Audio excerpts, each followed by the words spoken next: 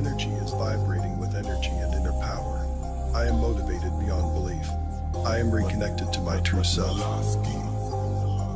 I am living a life of control. I am a god in this reality. I radiate sex appeal and confidence. I maintain supreme impulse control. I am always calm and relaxed in all situations. Confidence is my true birthright. My features are legendary and desirable. I have bulletproof social confidence. I am capable of anything I set my mind to. I am proud of who I am and what I do. My willpower is always stronger than any temptation I encounter. I resist all temptations as they arise. I take pride in the way I look.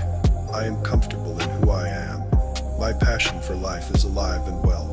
I release the past and focus only on what I am creating here and now. My dopamine stores are replenished more each day. Joy is returning to my life. I do what I must to achieve my goals. Every day I get more and more happier. My eyes are seductive and mesmerizing. My masculinity allows women to be more feminine when in my presence. Others see me as powerful and self-assured. I am dedicated to achieving my goals. I forgive and love myself, even if I encounter what is considered a failure. My goals are what is most important to me. People admire me for my strength of character. People are attracted to my positive and inviting energy. I let go of all cravings. My confidence is rock solid. I need no one's approval and do whatever I please. My voice is powerful and I speak with authority. My eye contact shows my confidence. Women are attracted to me each day. I am proud of my physique and appearance. I can lead any social interactions if I so please. I am irresistibly attractive. I am focused on what is important. I make daily progress towards my goals. I am growing for the better. All women are just naturally attracted to my charisma. All women can feel my sexual energy when they are near me. All desire for old habits is gone. I am free. I hold myself to the highest level of excellence. I can and will improve. I succeed because of my self-discipline. I choose high energy and affirm my success in life. I succeed because of my self-discipline. I choose high energy and affirm my success in life. I am living a life free of temptation. Sexual control is my true force of strength. My energy is vibrating with energy and inner power. I am motivated beyond belief. I am reconnected to my true self. I am living a life of control. I am a god in this reality. I radiate sex appeal and confidence. I maintain supreme impulse control. I am always calm and relaxed in all situations. Confidence is my true birthright. My features are legendary and desirable. I have bulletproof social confidence. I am capable of anything I set my mind to. I am proud of who I am and what I do. My willpower is always stronger than any temptation I encounter. I resist all temptations as they arise. I take pride in the way I look. I am comfortable in who I am. My passion for life is alive and well. I release the past and focus only on what I am creating here and now. My dopamine stores are replenished more each day. Joy is returning to my life. I do what I must to achieve my goals. Every day I get more and more happier. My eyes are seductive and mesmerizing. My masculinity. God needs to be reawakened within man.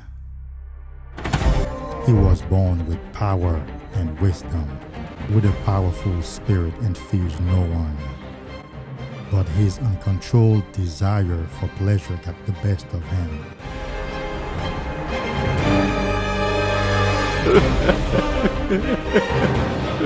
Then the time come for you to be your own man and take on the world, and you did. But somewhere along the line, you changed. You stopped being you. You let people stick a finger in your face and tell you you're no good.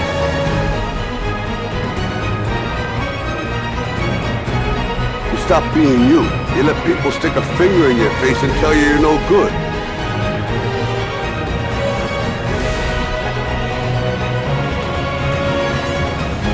You changed. And I'm the best ever. Welcome to Man's Superpower. Feel your power, bro. Yes. Welcome to Men's Superpower. Feel your power, bro. My self-discipline. Let's do it. Use high energy and affirm my success in life. I am living a life Yes. of temptation. Sexual Yes. control is my true force of strength. My energy is vibrating with energy and inner power. I am motivated beyond Let's belief. do it. I am reconnected to my true self. Yes. I am living a life of control. I am a god in this reality. Yes, I I am. radiate sex appeal and confidence. I do. I maintain supreme impulse control. I am always calm and relaxed in all situations. Confidence is my true birthright. My features are legendary and desirable. I have bulletproof social confidence. I am capable of anything I set my mind. Welcome, welcome, welcome I am proud of who I am and what I do. to another My willpower is always lit strong. live Temptation I encounter. on Men I Superpower. resist all temptations as they arise. Feel your power, bro. I am comfortable in who I am. My passion for life. What's my name, you ask? I release the past and focus only David. here and now. Feel the power, Hughes. Are replenished more each day. Joy is returning to my life. I'm all about personal power. My goals. Every day I get more Masculine personal power, that is. seductive and mesmerizing. My masculinity allows women to be more feminine when in my presence. Others see me as powerful and self. All my life, all I've been looking for was personal power. I love myself, even if I I have found it. considered a failure. My goals are what is most important to me. People admire me for my strength of character. People are attracted to my positive and invite I have found my personal power go of all cravings. through no fap Is rock solid. I need no one's approval and do whatever I and especially semen retention. confidence. Women are attracted to me each day. I am proud of my physique and appearance. I can lead any social interactions if I so please. I am irresistibly attractive. I am focused on what is important. I make daily progress towards my goals. I am growing for the better. All women are just naturally attracted to my charisma. All women can feel my sexual energy when they are near me. All desire for old habits is gone. Welcome to another live on manssuperpower.com. It's good to have you. If this is your first time, welcome. Like the video, share the video, bro, and let's talk. As you know, I love doing this because of my love for you. I love doing this because I remember my pain. Every single day, I am forced to remember my pain because every single day I still deal with the lingering repercussions of my porn addiction. Because every time I have to make a financial decision, I remember where I could have been financially for the way I started, for the path that I started on financially very early, where I could have been had it not been for porn addiction. The many opportunities I missed, the many business opportunities I missed, the many financial failures I had, the many business failures I had that were solely due. Listen, this is not blaming stuff on PMO. Those failures were solely due to the fact that I spent too much time watching porn and masturbating. And afterwards, I was so weak that I didn't return phone calls. I didn't reply to emails. I didn't show up for meetings.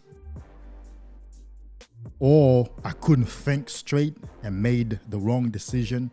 Or I acted too hastily. Or I didn't act enough. Or I didn't take action early enough because of my lethargy, because of being spaced out because of my lack of interest in winning. So those are, when we know the signs, when we know how the brain operates, and when we know what porn does to our brain, we know there's a direct connection between your money, your success in this life, and porn addiction. Truth be told, bro, each time you watch porn and you look at several videos, your brain is thinking, we winning, bro. Your brain is actually thinking, we are winning. Look how many chicks we're hitting.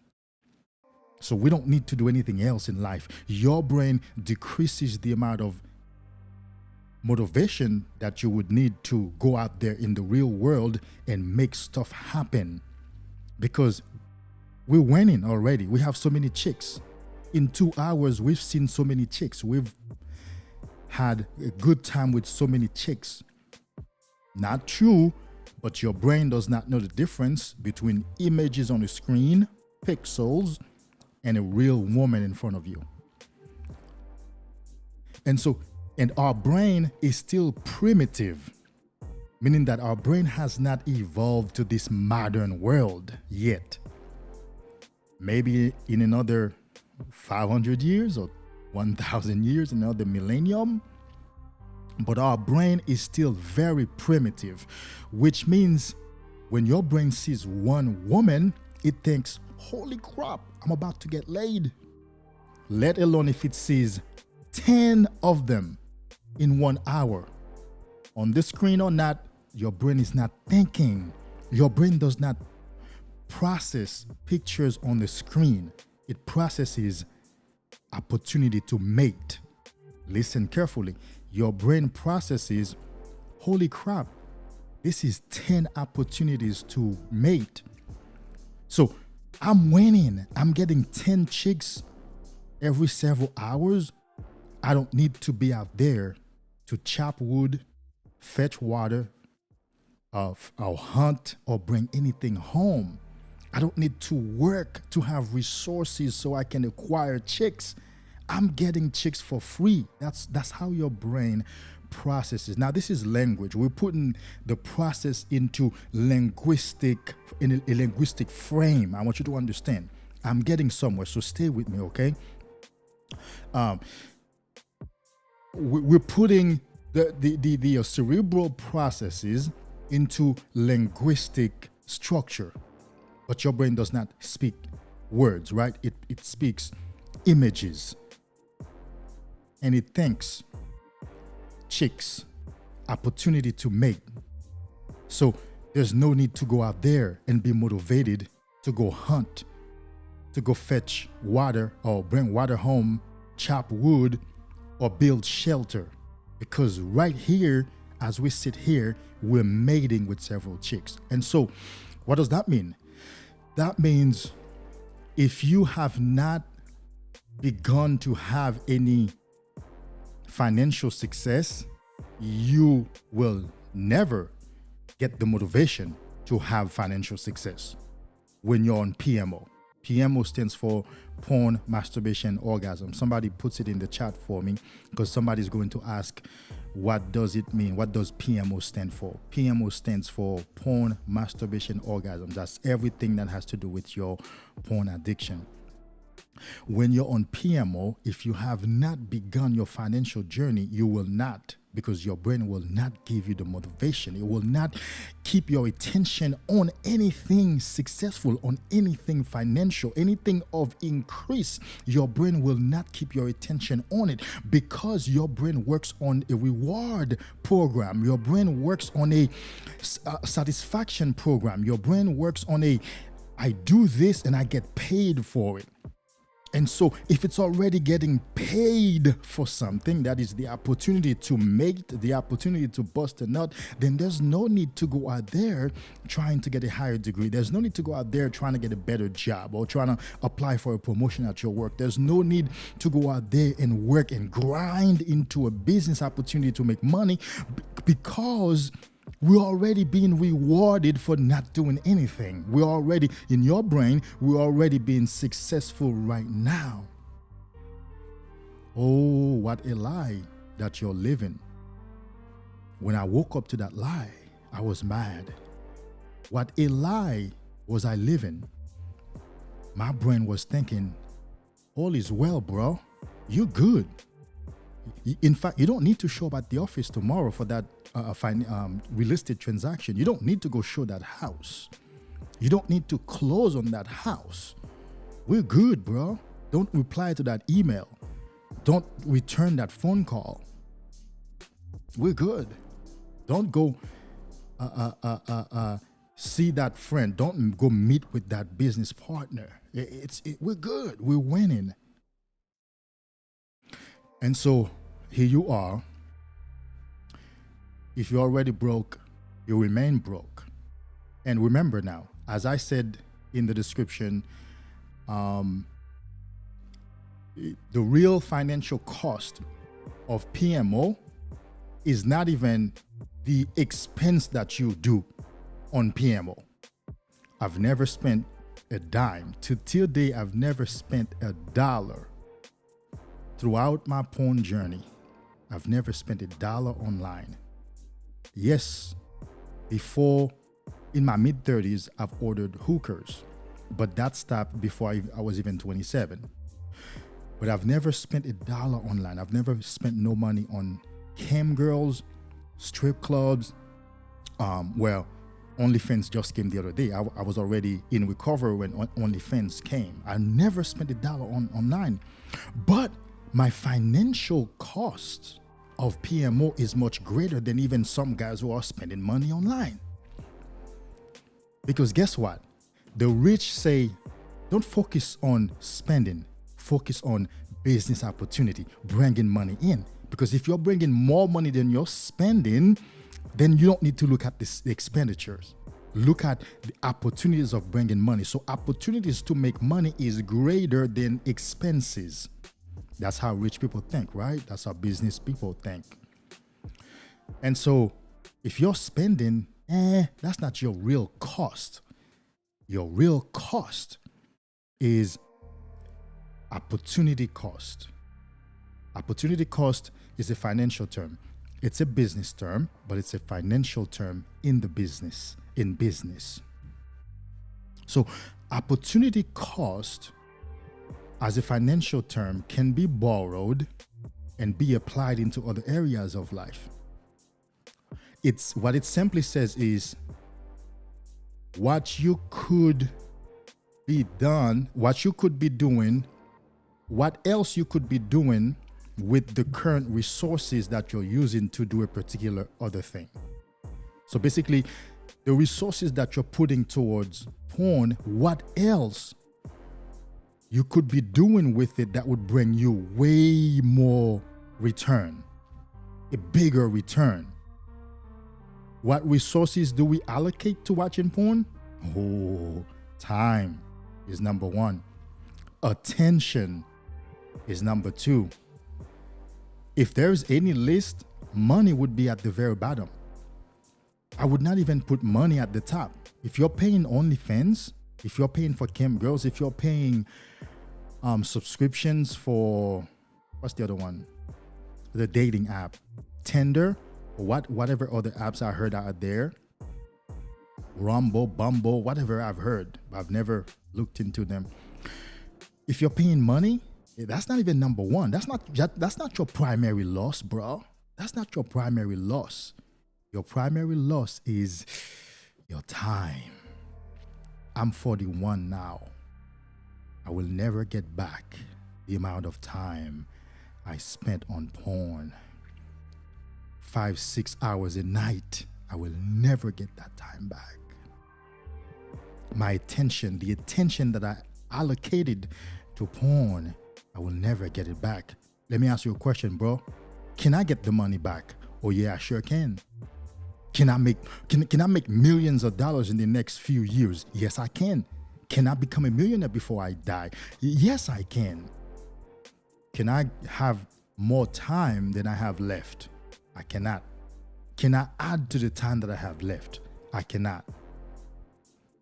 Can the time that I have lost be a contributing factor to me dying poor? Yes. So your real financial cost for being addicted to porn is what you're not doing with your time, with your money, and your energy and your attention. What you're not doing that can produce a greater return in your life. At one point in time, I calculated if I were to pay myself $10 an hour over 5 years for the amount of time that I knew I spent watching porn a night, that amount was astronomical. It was a huge amount. Tens of thousands of dollars that I could have made in a part-time job, only paying $10 an hour. Imagine watching porn for spending 5-6 hours a night. That's a quarter of the day. That's a quarter of a day watching porn. If I was getting paid $50 a night, $10 an hour, bro, for a month, I mean, if I skipped a day, it'll be like rare here and there skipping a day. How much money would that be at the end of the month? For 12 months, for 5 years, for 7 years?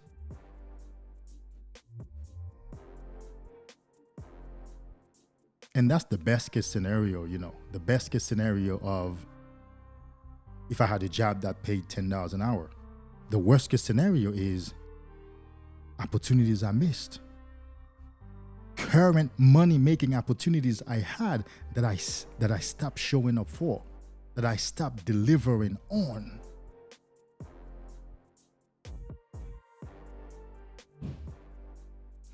That's the real cost of PMO.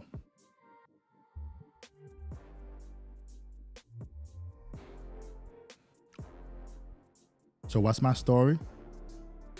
Man, I've been entrepreneurial since 17, as I can remember. At 17 years old in Haiti, I was doing something I think that's called in America partner's hand, where I had a group of merchants. I was a student. I was not engaged in a money producing activity. Like I was not selling or I was not working. I was in school, but I was making money with merchants because I had the discipline.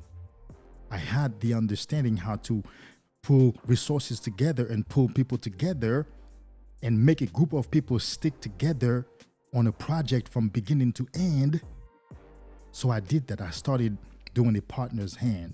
That means I went and talked to several little merchants in the neighborhood and proposed the idea. If I have 15 of you and each one is given $100 every week, one person will collect all the 1,500 in 1 week. And next week, another person collects a 1,500. So each person would increase their business by $1,500 in 1 week. And of course, I was keep running the business. And what do I get? I get $50 for delivering those $1,500. So that merchant ends up with $1,450. I make $50. So every week I was making $50 for conceiving the idea, for talking to them, linking them up, collecting the money, running the business. I was 17. And it continued. Naturally, the way that I am, if I speak with you, I propose a business, I pitch you a business idea, most likely you will agree with me. And let alone I went to business school and took business law. So I know how to put a contract together. I know how to put a proposal together, a proposition, a presentation. By the time I get with you, a financial statement, a financial report, business projections, by the time I get to you, most of your questions will have already been answered in my documents in my presentation, right? Because there's this way of presenting information is at the end of every piece of important information, you ask the question yourself, or you ask several questions at the end that somebody's burning to answer, that you don't even let them answer. Because by the time, if you ask the question and you answer it, the person who had the question is already thinking, oh, okay, well, he's aware of that. He's aware of, my doubts about this business. So really, you kill two birds with one stone. Not only you answer the question, but you reaffirm that you know your stuff and that you are trustworthy. I've been given so much money throughout my life in business investment. We're talking about big checks. We're talking about individuals, not banks. Individuals. Men, women, show up at their house and walk out a $50,000 check, $25,000 check, or over a period of time, disbursement over a period of time into my business, into just my business ideas.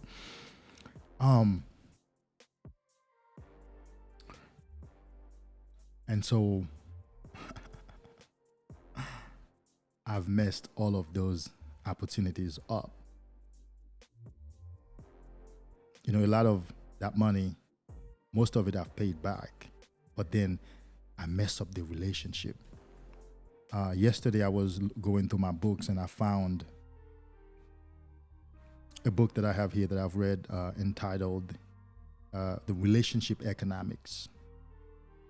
I have another book called The People Factor. What people mean, what the financial meaning to your life. But you can mess that up because you are being negligent. Just imagine I fapped the night before and in the morning, I don't want to talk to nobody. So I have an investor calling me to find out how the month ended and I'm not picking up. Now I'm going to pay her back, but by the time I pay her, I've already fucked up the relationship. I'm not going to get more money from her or him. I want you to understand that, right? So I meet a businessman and we get into a partnership. Yeah, he's making money with me, but he works so hard to get me. He works so hard to meet up with me. I've stood him up so many times. I've missed so many of our meetings that at the end of whatever the contract stipulated, he's done with me. So we can't renew the contract.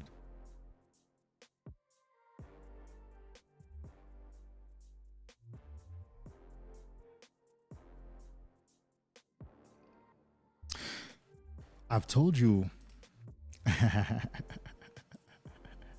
mi amigo, Milka. I heard my friend calling you Mersha earlier. It was good to see you on that stream over there, bro. Thank you for supporting that lady. You connected with her ever since she came on here, and it was good seeing you over there. And so in my life, I've never really counted the money. Well, I've never really spent money on porn, like I told you. All my losses have been tied to opportunity cost. Business people whose friendships I've messed up. Business transactions that I didn't show up for. Work that I had that I could have been promoted at, which wasn't really that many, because I've always been entrepreneurial.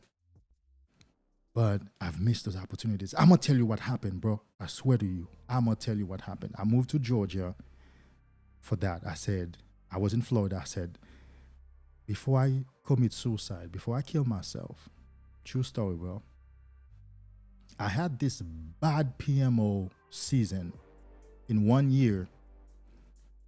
As I told you, I was always in business, so my savings was always big. And you know what I used to do, bro?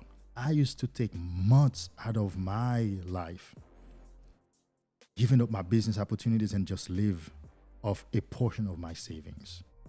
This particular time I took from February till June.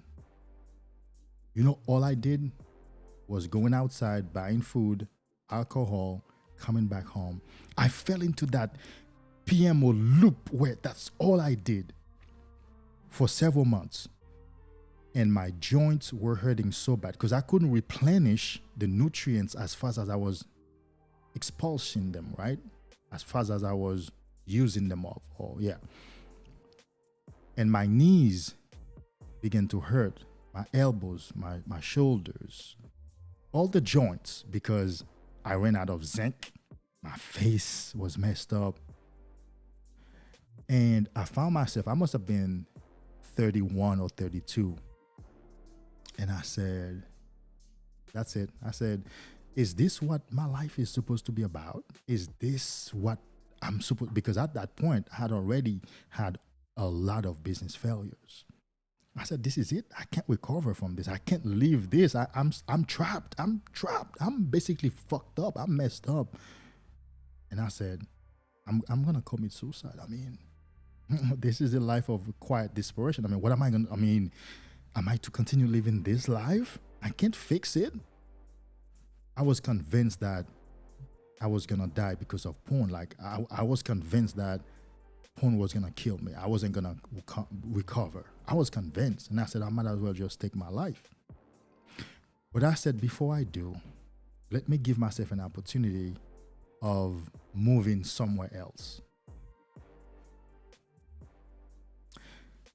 And that's when I heard Atlanta, Georgia. So I came here, I got here, and I began my recovery journey in 2016. And then when I moved here, it was the same thing.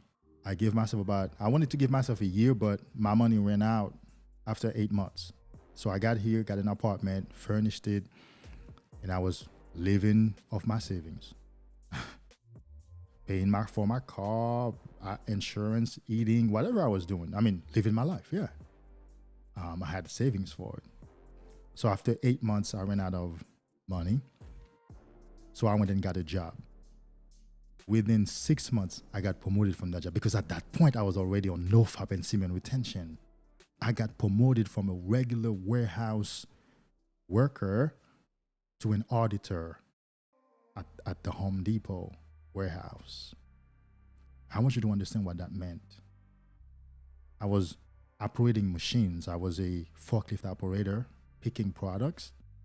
Now I'm auditing products. But of course, everybody there knew that this guy does not belong on this floor. This guy has way more knowledge and experience in his behavior. He doesn't belong to the warehouse floor. However, he got himself here and he's working here. But I mean, when you look at the men and talk to the man that has way more knowledge. The man is overqualified to be operating warehouse machines. But I wanted that warehouse job though. I want you to understand that. Here is why I wanted that warehouse job. I thought to myself, I need a job where I'm not being scrutinized a lot so that I could work on my recovery. Because guess what? If you know, you know. If you don't know, you don't know. When you're recovering, it's intense. When you're really doing the recovery, it's intense. There were times I didn't want to talk to nobody. So I couldn't have been at a job where I was a salesperson because there were days I didn't want to talk to nobody because whatever was going on inside of me was too much. There were times I needed to go to the bathroom and lock myself in. There were times I needed to go into a product aisle and just stay there and cry for 1 minute. I couldn't have done that if I were working in an office. Although I had the experience and the qualifications, I couldn't have had that job. And one thing I want you to take away from what I'm saying right now is my recovery I was always intentional. I said, I'm going to work at a warehouse where everybody's the same. Nobody's gonna question me how I'm looking today or how I'm feeling today. Why am I moody today? Why am I down today? Everything would just blend in. And that's exactly what happened. And so within 6 months, because I got promoted, and by that time I was able to do the auditing job. And then later on, when my recovery got better, I transferred to a store with my auditing money, although at a lower position, but now I can deal with people. I could deal with customers. I could deal with interacting with people every single day, because now I was 1 year and some in my recovery. I was on Semen Retention. Like, I could interact with people. I could be present and do things. And so I transferred to a warehouse, to the store, and then I left to go be a sales consultant at CarMax, making almost 10 grand a month. Well, that was pre-COVID, right? Of course, COVID has changed everything. Well, the company was about to change everything anyway. So I'm giving you a journey. You see how much I progressed financially real quickly after I began NoFap and Semen Retention. Yeah, very quickly, because I had the confidence now. And I had the presence. I could follow up. I could follow through on something. I had the energy. And so I gave myself the opportunity of moving somewhere else before I killed myself, and it worked. It worked. And here I am. In 2017, I made the decision that if in fact I recover, I'm going to come and talk to you guys. I'm going to come and be a voice for this work. I'm going to come and be a representative for this work. And I started this channel in 2019, and I'm still here. And it's been getting better. As you can see, I mean, I started with a phone, with my cell phone in the park, screaming at the screen.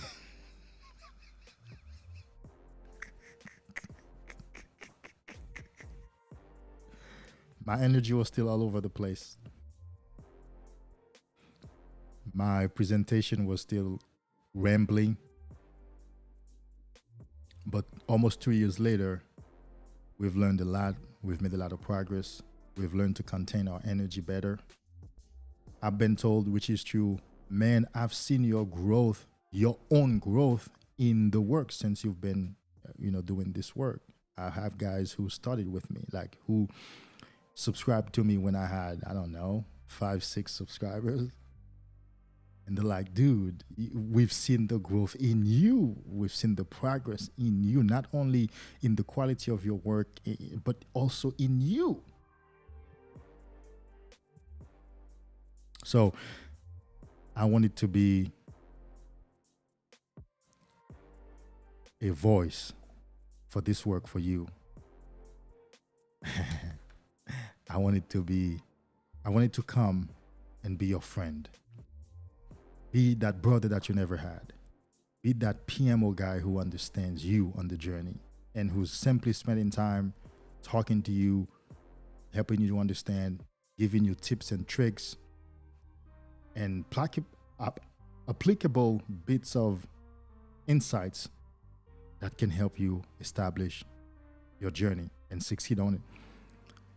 Some of the best things that have happened since I've been doing this work is comments that say something like, or along the lines of, I found your channel 7 months ago. I'm happy to report that I've made a lot of progress on my recovery. I found your channel 4 months ago. That's when I started my NoFap. Or I found your channel 1.5 years ago. That's when I started my NoFap journey. And today, bro, I'm another level. I wanted to thank you for that. Or when I started NoFap, I was confused. I had no idea. I didn't understand what I was doing until I found my channel. I have gained a lot of understanding and clarity from your work. I'm happy to report to you that I've progressed so much, and thank you. That's it. That's it. That's what I live for. At least my PMO journey didn't go to waste. At least the pain that I went through to recover didn't go to waste. Bro, I've gone through a lot of pain. You don't understand. My body has been so weak on PMO that I went to a restaurant and had a pasta meal with bread, of course, which you know that's a lot of starch and that's a lot of calorie, right? That's a lot of energy to be delivered to my body. And when I left the restaurant, my body almost went into a shock. I was like, you know what it was? My body was so low on energy.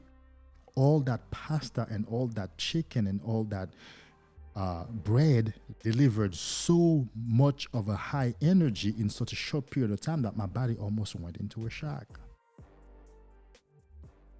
I also couldn't consume alcohol. And I can have a half glass of whatever. And I began so nervous and so jittery because the energy coming from those substances and the foods are finding my body in such a low energy threshold already. It's like a diabetic, a person going into a shock because they just ate. And that happens to a diabetic person too, by the way, which I'm not. Because that diabetic person is already operating on such a low energy threshold. They eat a piece of bread that can send them into a shock of energy and flux. Yeah. Bro, let's see what's being said in the comments before I give you some details. I mean, of course, I've explained some of these things in a lot of videos, but I wanted to make a specific live dedicated to the real financial cost of PMO. And it's not even the expenses that you incur on PMO. It's not even the money that you spend on those apps and on those girls. It's the opportunity cost. What else you could have done or you could be doing with that money, your time and your attention, that would give you a much greater return than the shit that you're doing right now. That's the real question. That's the real loss, bro. What you could be doing, what could you be doing with your semen right now? Which is making yourself stronger. I just left the gym. Being powerful. What, you know, just experiencing your voice getting deeper and more resonant. And when you speak, you love the way you speak and people love the way you speak, and being more intelligent, being more present, doing things, watching your life getting better. Now I'm getting into filmmaking. I'm getting into script writing because I'm good with storytelling. I'm good with, I've fallen in love with audio visuals. I really just wanted to start a channel to share some of the information with you, but I'm loving this. I'm loving producing videos and sounds and I'm getting ideas. So my talents, yeah.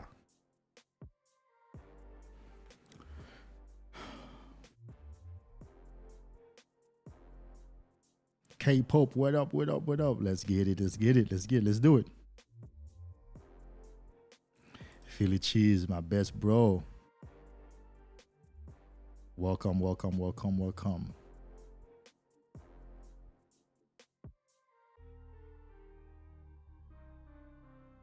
Who else is in the house? Sean Olivier. Or Olivier, but Sean Olivier in French. I'll pronounce your last name in French. Thank you, thank you, thank you. It's good to have you here, bro. Thanks for being here.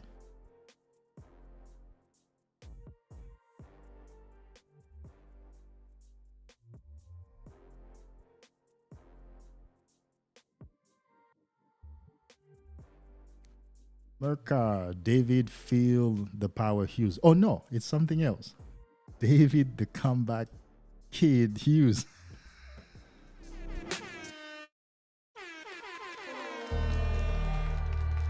I like that. Thank you, thank you, thank you.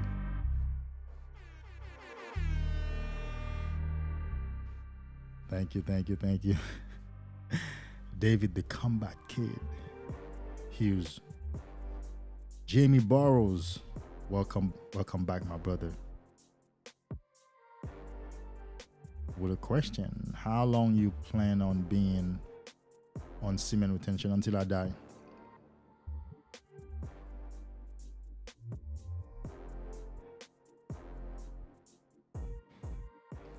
But I must clarify though. Machiavelli James, I think that's my first time seeing you here, man. Thanks for being here, brother. Thank you. I will keep shining. Thank you, my brother. I appreciate you. My beard has been getting into my food and in my mouth. You know, I've been trimming them, but they look too good to cut them. Hell no.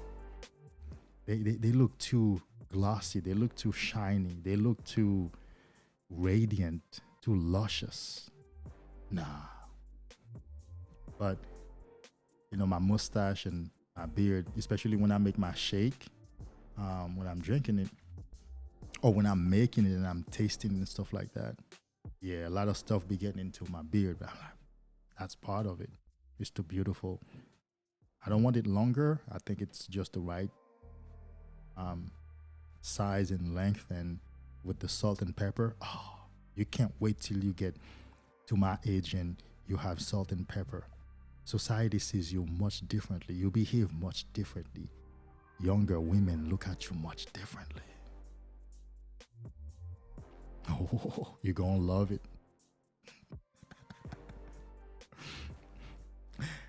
Thank you, my brother. Thanks for being here once more. Yeah, Jamie, until I die. Now, Jamie, I do want to clarify for you, right?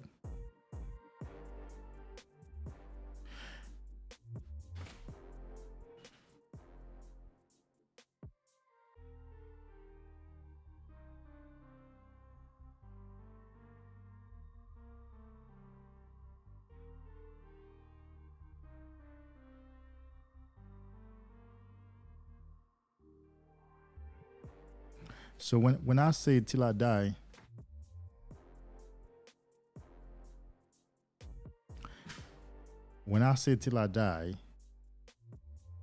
I want you to understand, I'm always clear on my channel.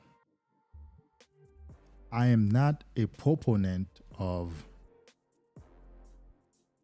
the practice of holding semen just for holding semen, or becoming a monk forever. No, I think those are modes, and they are different, and they are, for each of them is for a different season. I've been on monk mode, I've been on hard mode, I've been on soft mode, I've been on whatever mode is out there. And I've also been on a mode where I had a woman, I either was, and I was disciplined in the way I had sex and ejaculated. It wasn't like a regular guy out there that has sex every day and ejaculated every day. No. So my philosophy for this work is personal empowerment and conscious management of your masculinity. I'm gonna repeat that. My philosophy for this work is personal empowerment through conscious management of your masculinity. So basically, you stop being sleepy. You stop sleeping on yourself, and you decide, look, man, I'm going to keep as much semen as possible to make me feel like a man, like I want to feel. So what does that look for one guy? Maybe he can only bust one nut a week. For another guy, once 2 weeks. For another guy, once a month. For another guy, once every 3 months. For another guy, once every 6 months. And I've done all of them. For another guy, none for one year. I've done all of them. I see it as different seasons call for different measures and different practice. Well, you can't be a monk for the rest of your life. You can't be on hard mode for the rest of your life. You can't just decide to give up women for the rest of your life. Well, if you want to become a father in the Catholic Church or a monk, that's you. But as a regular guy living in regular society, what my philosophy is more well-rounded. Decide on the practice that makes you the best man you can be. Right now, the practice that makes me the best man that I can be after 5 years is to do my work, continue my journey, continue NoFap, and having a woman. And according to a specific schedule, have sex and ejaculate and retain according to a specific schedule. Eating for it and drinking for it. So while I'm on this mode, you will not even see any difference from hard mode when I first started this channel and I spent 1 year with no bust. The only difference that you're going to see is that where I'm more contained now. I might be on fire while I'm sitting here, but I'm more contained. When I started the channel with all my crazy energy, I was still learning to contain my energy. So in one video, I might have been very quiet. In another video, I'm in the woods. Whoa, whoa, whoa, whoa, whoa. And you know.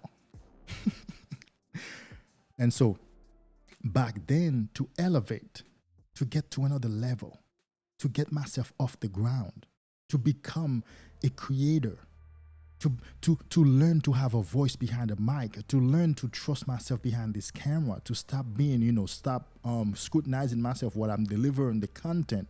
Like right now, I'm not aware of myself as I'm delivering the content. I'm connected to you. I'm connected to you. If I have an accent, if I mispronounce the words, I don't care about that. Because I'm not scrutinizing myself. I'm not, filtering myself. I'm not, what's the other word? Censoring myself. It has taken a lot of growth to do that.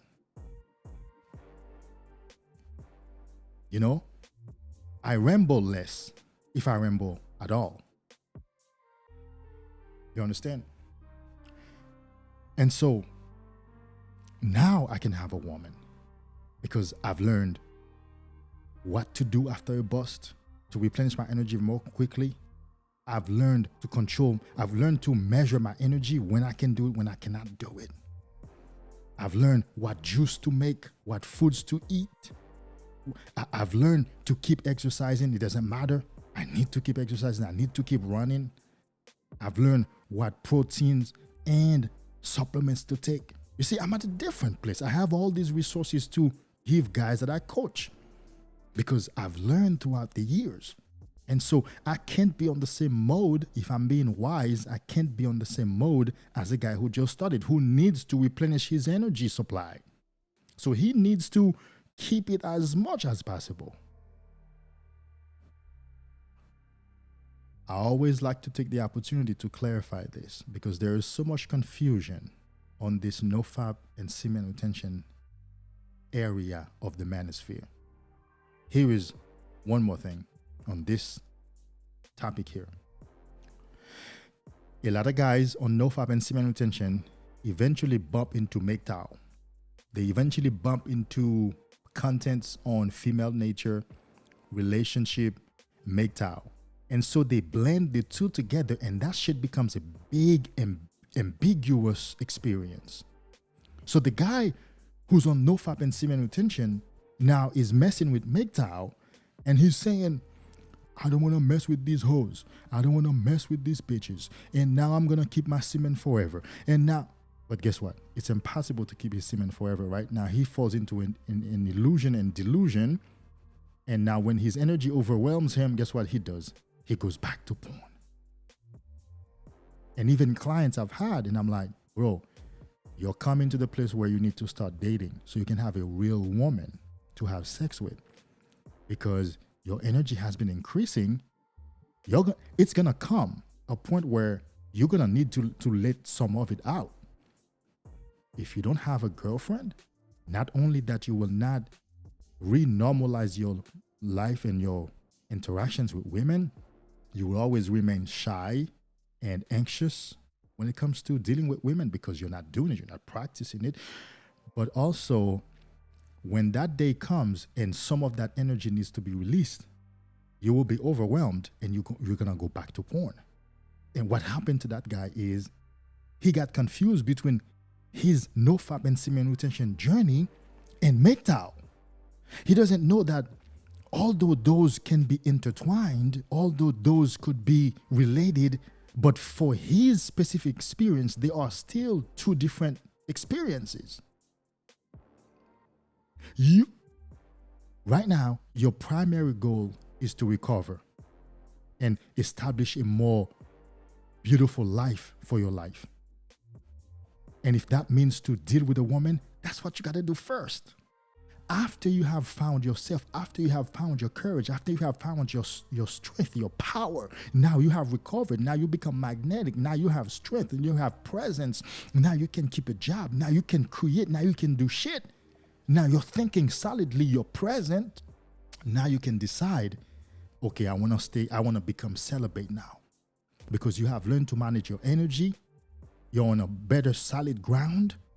Now you can learn how to, what kind of chicks you'll talk to. If you'll talk to any at all. Now you can decide that you're always going to do hit and run. Now you can decide what you want to do. And so a lot of guys have confused the two. I can't tell you how many guys I've seen, how many comments I've gotten, how many guys I've coached and consulted with, how many thoughts like that I've heard. And it's those guys are confused. And so I want to lend my voice. I think the best usefulness that I have in this world is to speak. When I speak, people get freedom. They get freed. When I speak, people get encouraged. They get illuminated. They get set free. They get clarity. That's my best gift in the world. And so I will continue speaking. And this is why, my schedule has always been for a long time to reserve Monday and Tuesday to create content and go live, and to focus on other business activities Wednesday through Sunday for myself. Because I could be out there right now making some cash. But that's the day I could make the least amount of money out there. Let me take it and come here and spend some time with you. And leave this content up for whoever is coming to watch it later on. And then let me focus on business for myself the rest of the week.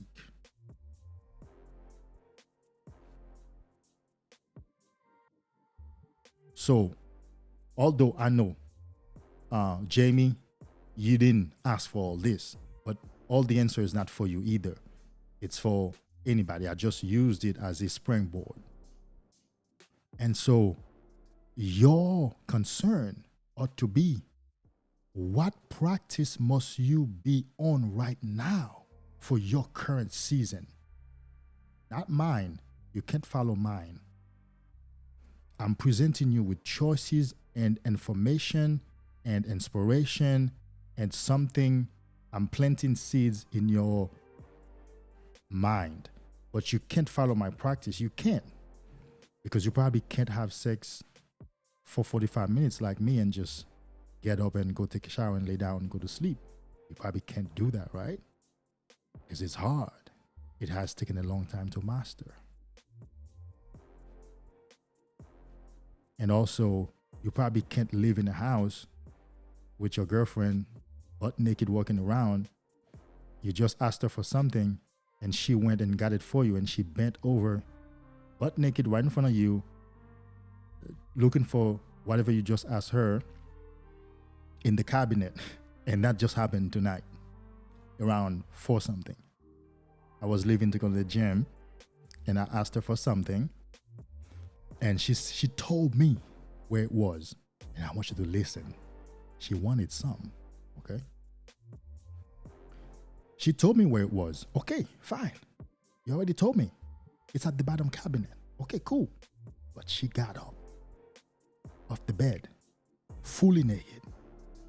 Went to the cabinet, bent over with her behind facing me, grabbing the product I asked her and put it on the countertop. I said, thank you very much, baby. I'm going to the gym. By the time I come back, you will have left to go to work. Have a great night at work. We'll talk later. You probably can't do that because it has come with a lot of years of learning and self-discipline. Because that's a woman I love having sex with. That's a woman whose body I love. Got off the bed, all naked, and put that face right in my line of sight. And I knew she wanted some. But my secret between me and you is, this is what I mean by you need to manage your masculinity. Today is my workout day. Today is my first workout day of the week. On Mondays, I do chest. Well, I do full body workout, but on Mondays, I do flat bench press. I do incline press. I do a lot of push-ups. I do a lot of front raise and side raise. So I do a lot of shoulder work. I do a lot of joint. Well, all workout is joint work, really.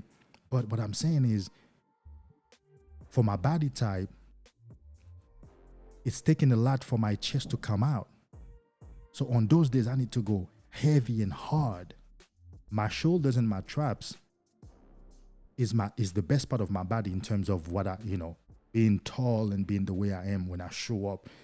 And I need to give a special attention to that part because she loves it too. So in managing my masculinity, when I came into the room, changing to get ready for the gym, and I saw she was naked. Oh, I'm leaving right now. I'm running out of this house right now.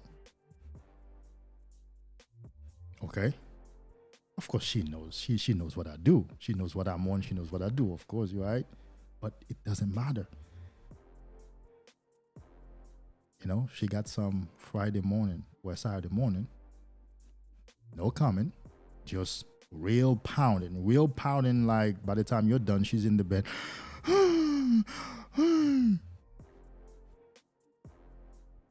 And so this is what I mean. What practice helps me be my best right now? That's what I decide on. That's what I stay on. Making my smoothie every single day, taking my supplements every single day, going really hard in the gym, running a 10K every other day, getting good sleep every time possible,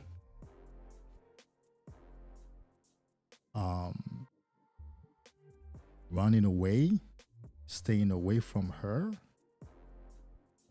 when I feel horny and I kind of see that she wants some and I don't think I should be having anything right now. Yes.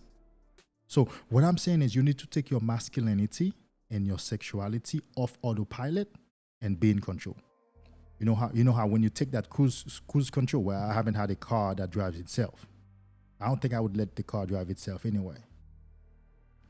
Because not that I'm scared, but I mean, why sit in the car and the car is driving itself? For me, not you. I mean, why sitting here, bro, and the car is driving itself? Like, well, I might as well be in the back seat or something. Because part of the experience of driving a car for me is being able to maneuver it left and right and interact with the car. But that's me, okay? But it doesn't mean that I will not drive a car with the ability to drive itself. Like, I would love a Tesla, the Model X. If somebody has one to give away, let them know. I would love a Tesla Model X. What I'm saying is you need to take your sexuality off autopilot. You need to take your masculinity off autopilot and run that shit yourself consciously every day. That's my philosophy for this work.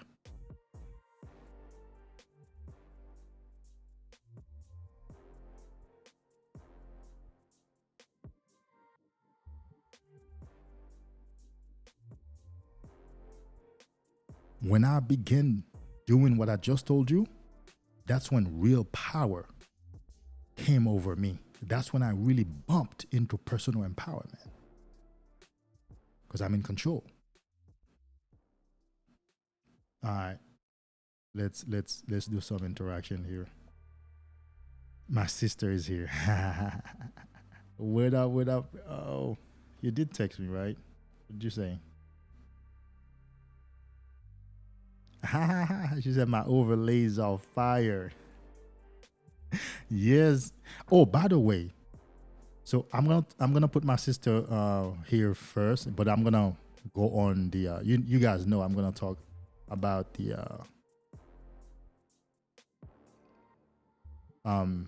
your questions and stuff. So this is Gath Angelic.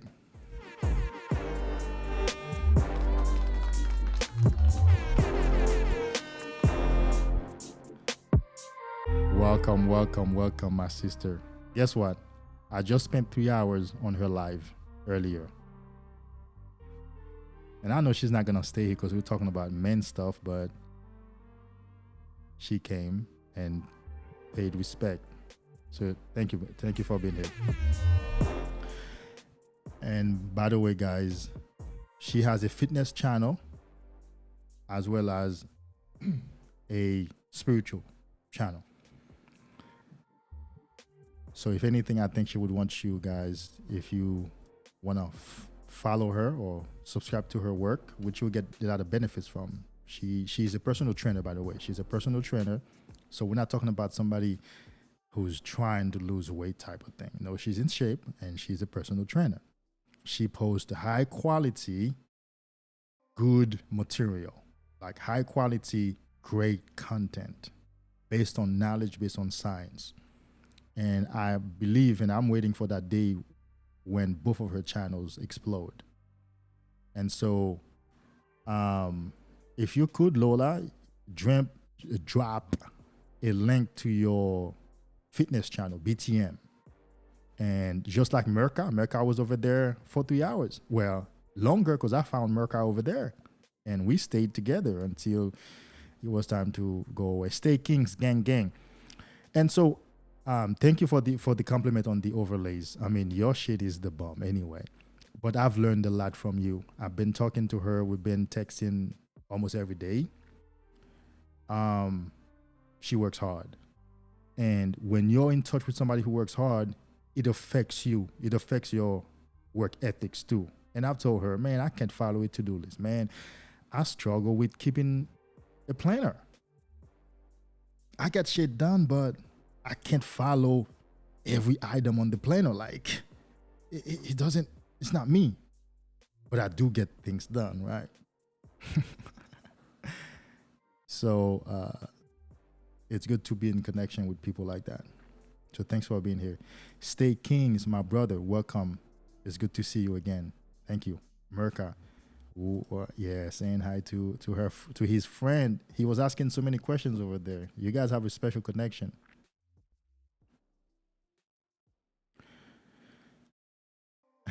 Sean Olivier. Yes, you definitely need to put yourself in social situation to interact with women. Yes, sir. Yes, sir. Yes, sir. Yes, sir. Yes, sir. Listen, my bro, I can't tell you how many guys I've coached where they get stuck at this part. And of course, we understand. Well, before I tell you, I don't need to, that's all I need to say about that. But let me tell you my story.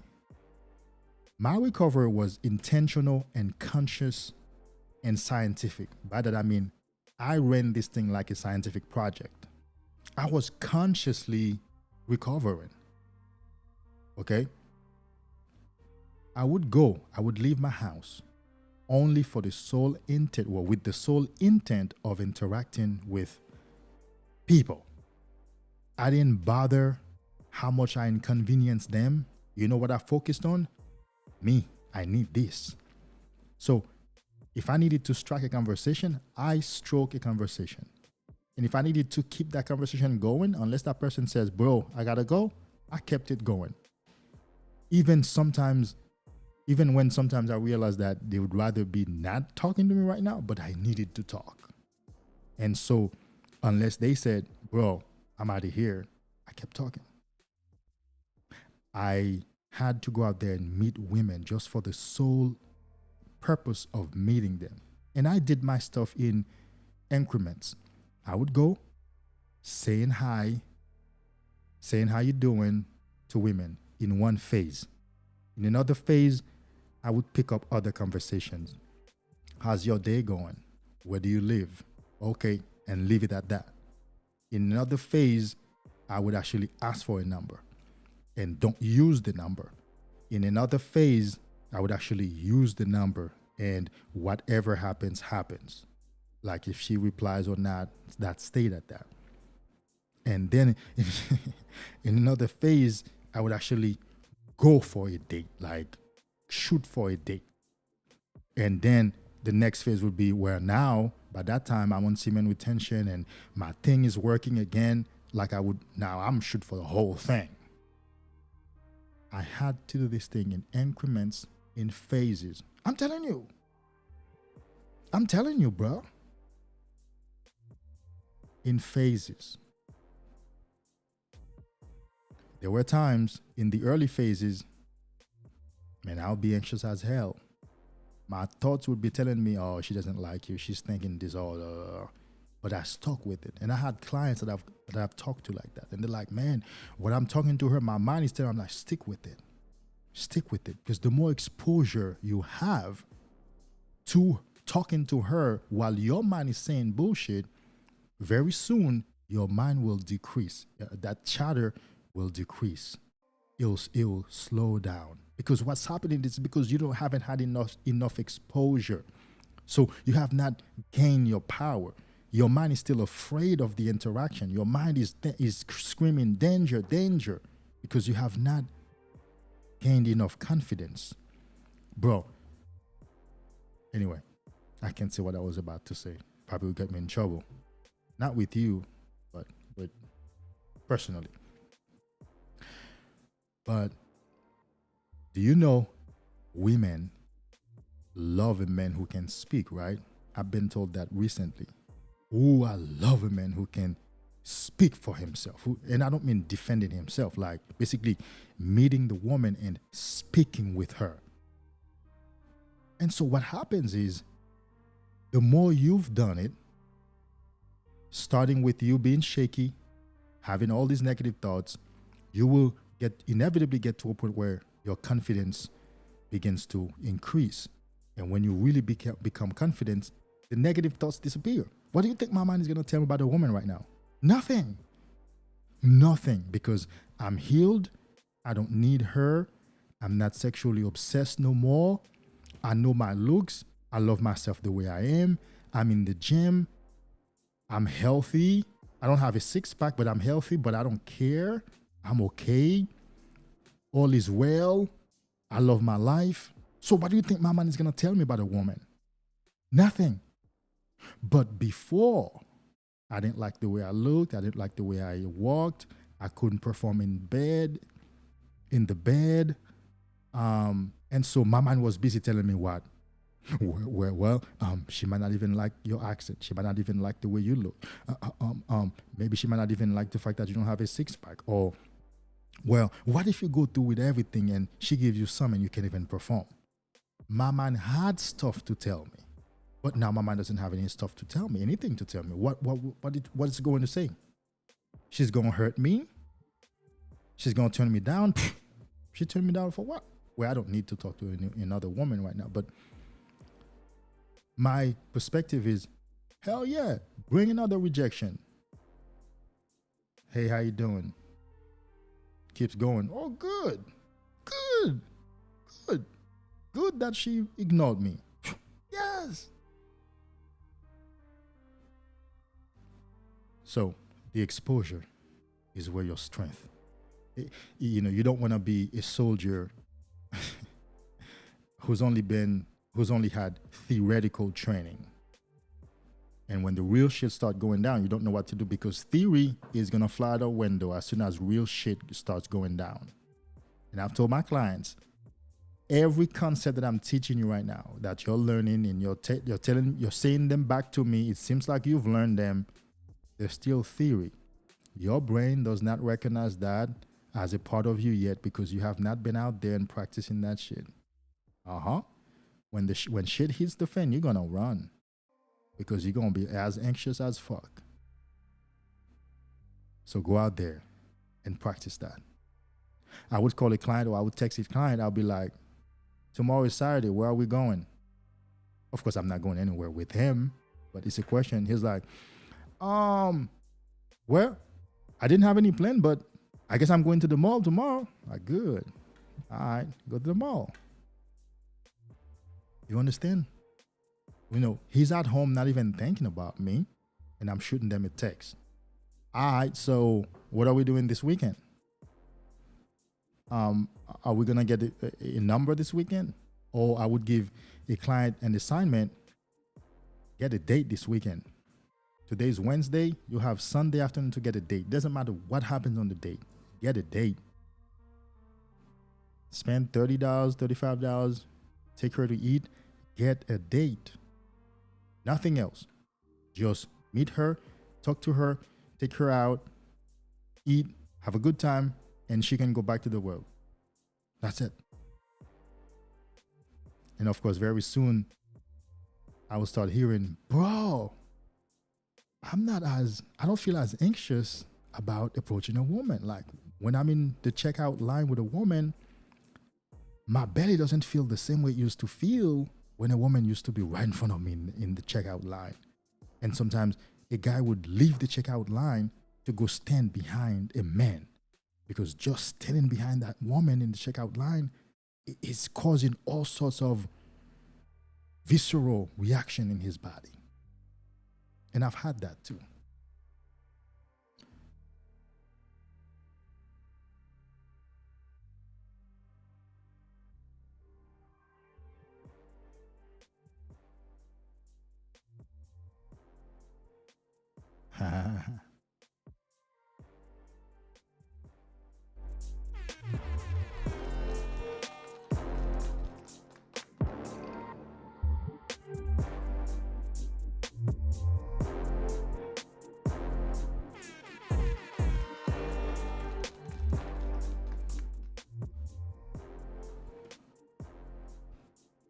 Of course, Merca would be a lot of fun. He's my student.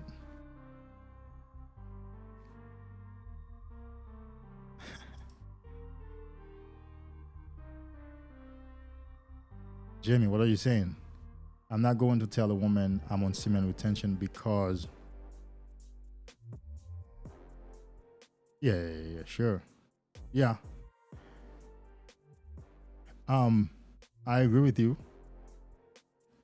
I always have told them, it doesn't matter how they look at me, but I have a different purpose as a teacher, right? I tell them as an opportunity also to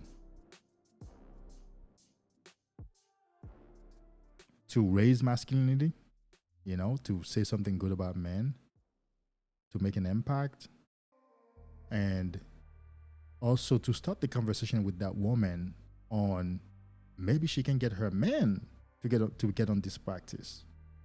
Well, you know, that's if I'm not the one interested in her, right?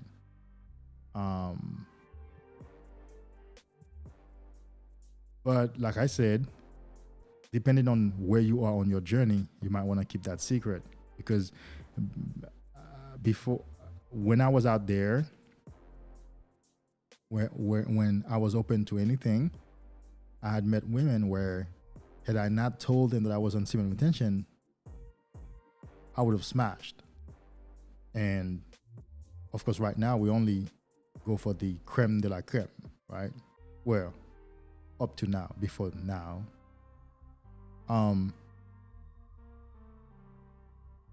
So if I talk to her, it's because she met the requirements of I can smash. And as soon as I said that, she'll be like, what? Hell no. Nigga, you gotta bust. You gotta give me this thing. Hell no. I'm not gonna give you all of this and you're not gonna give me anything. I want it on my face. I want it on my chest. I want it on my boobs. Or they'll be like, what color is it? Is it yellow or white? Oh, don't tell me. Let me find out for myself. I'm like, hey, you ain't gonna find out. They're like, well, But then we ain't gonna do nothing several times. And I didn't do anything. In each and every instance where a woman told me like she was gonna make sure that she got me to that point, I didn't go through with it. Because in that season, I needed to keep it 100%. That was my season. But right now I'm in a different season, and so I have a different practice. So focus on your season and let your season determine your practice.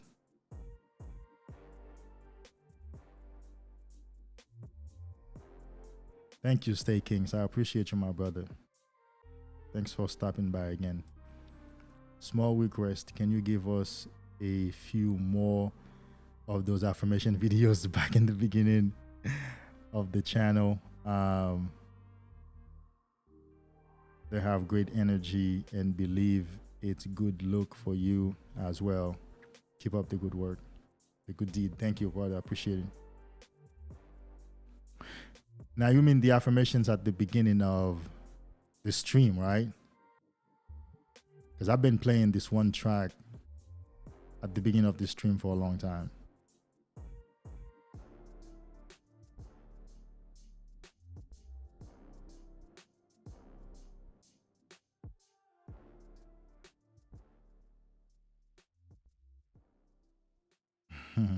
My sister. Indeed. Go to sleep. You don't get no sleep.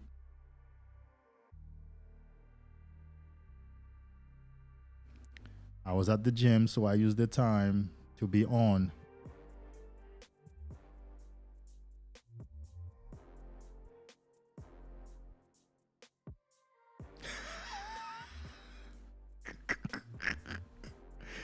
I came back to the house with that ghost idea. I was like, who's there?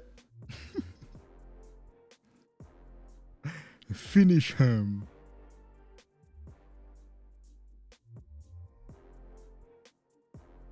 I know. Of course I don't. Yes. I don't.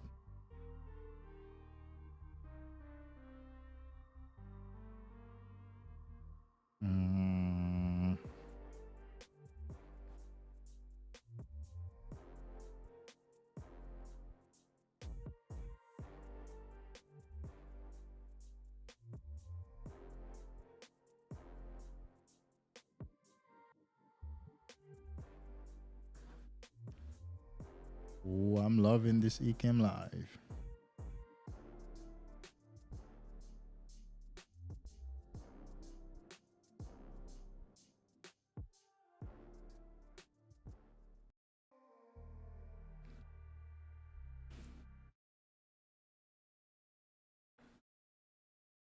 I can and will improve. I succeed because of my self-discipline.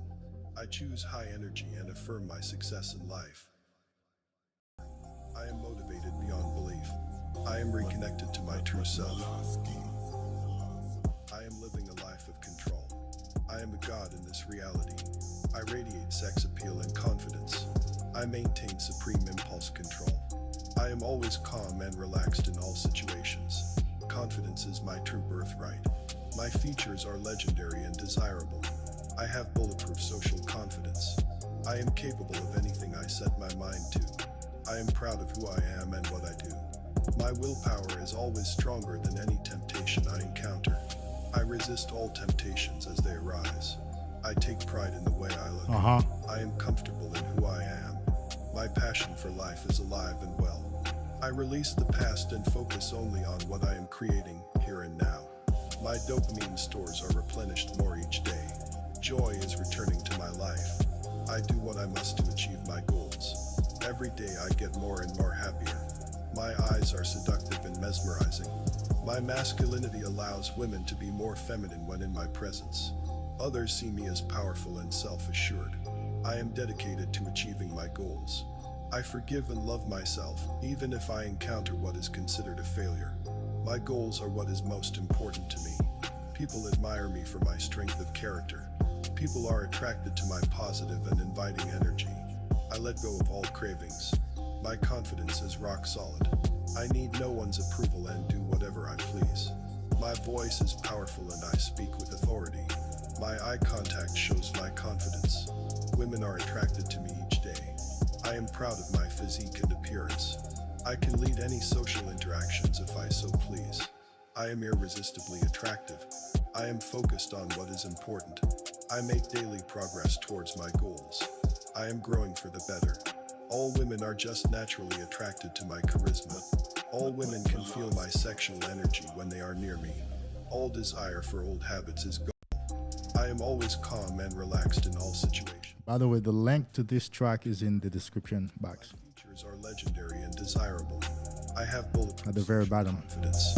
I am capable of anything I set my mind to. I am proud of who I am and what I do. My willpower is always stronger than any temptation I encounter. I resist all temptations as they arise.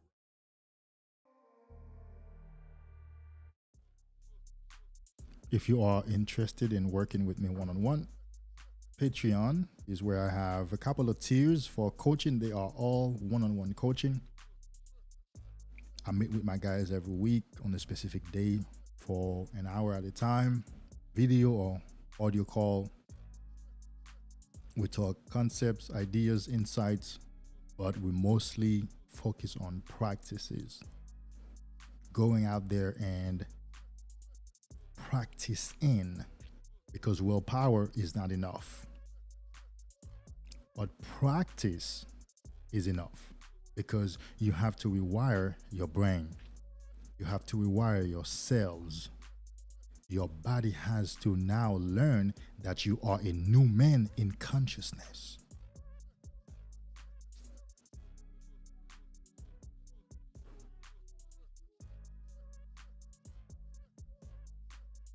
Simply acquiring a new understanding, a new perspective, new insights, new ideas does not automatically translate into you being able to practice them, being able to actually demonstrate them.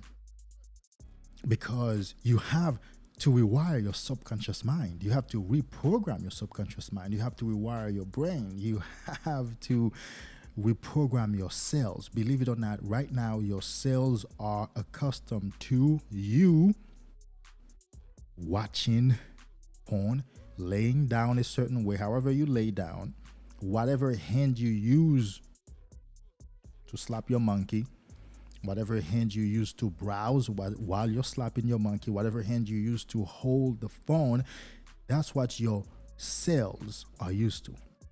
You have to reprogram your cells. Have you ever heard that? Well, for example, you know you don't drive a car. I hope you know that you don't drive a car. Your subconscious mind and your muscle memory drive the car. How many times you're on the phone or you're listening to music or you're talking to a friend, but you're just getting from point A to point B? You are not involved in that process. And by you, I'm referring to the conscious part of your being. I hope you know that you're not only a conscious part. The conscious part of yourself is 5%. 95% of you, the totality of you, is unconscious. That's what runs the show. You don't run the show. If you ran the show, you would have been able to get yourself out, to will yourself out of porn. The part of you that runs the show must be reprogrammed to run another show. Okay? So you have to go out there and practice those things.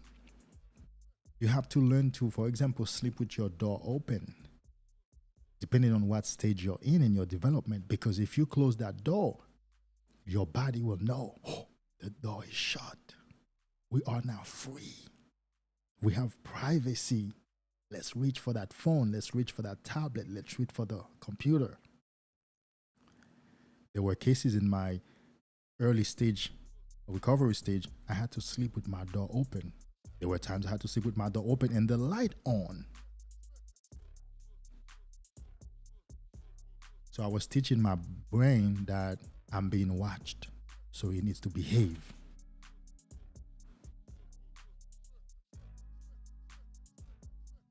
There were times when I needed to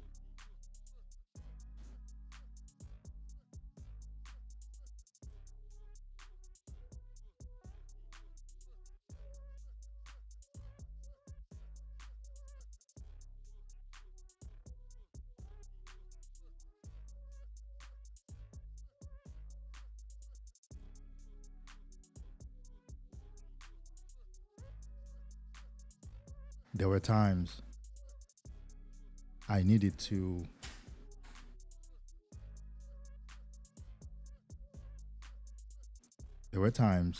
I needed to lock my computer. I've had friends hold my computer for weeks at a time.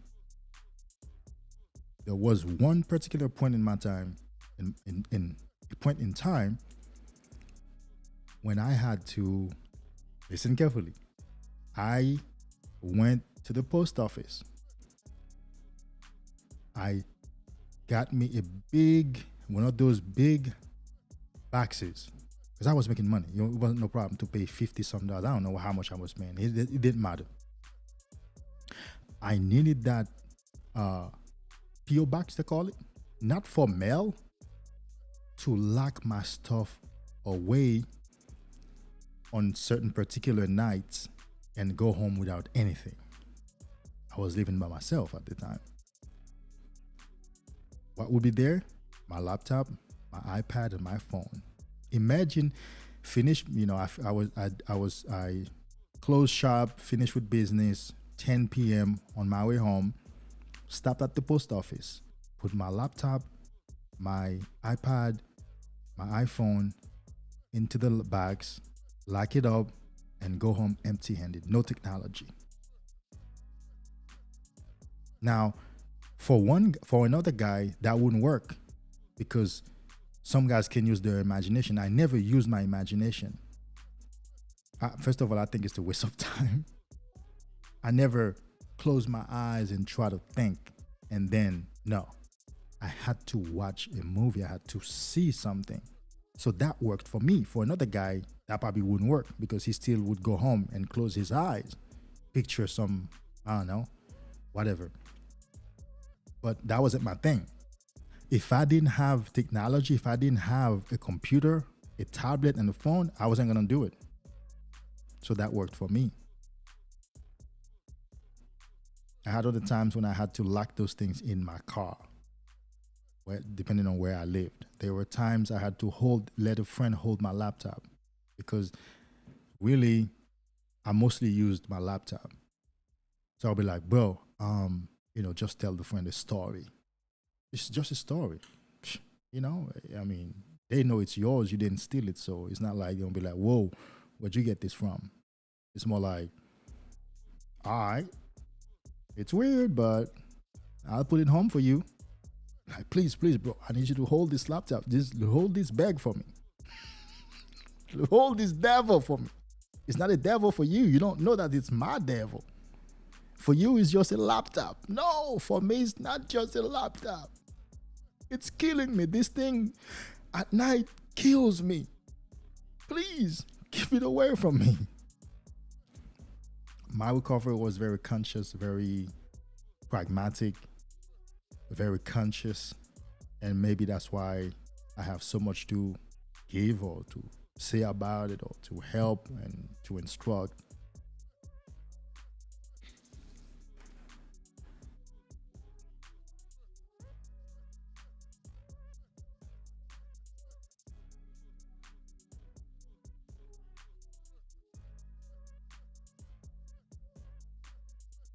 Discipline equals to self-love. I like that. I haven't heard him say that, but I think a lot of discipline quotes have been attributed to Will Smith lately. Ambition matters. Thank you for stopping by, my brother. Appreciate that. I think it's my first time seeing you, but maybe not. Maybe you've changed names. How about that? Maybe you've started it. Maybe you turn your channel into something, because that happens. Thank you, David, for giving me the sound philosophy to overcome the biggest addiction in the world. Evil does not sleep, so why should I?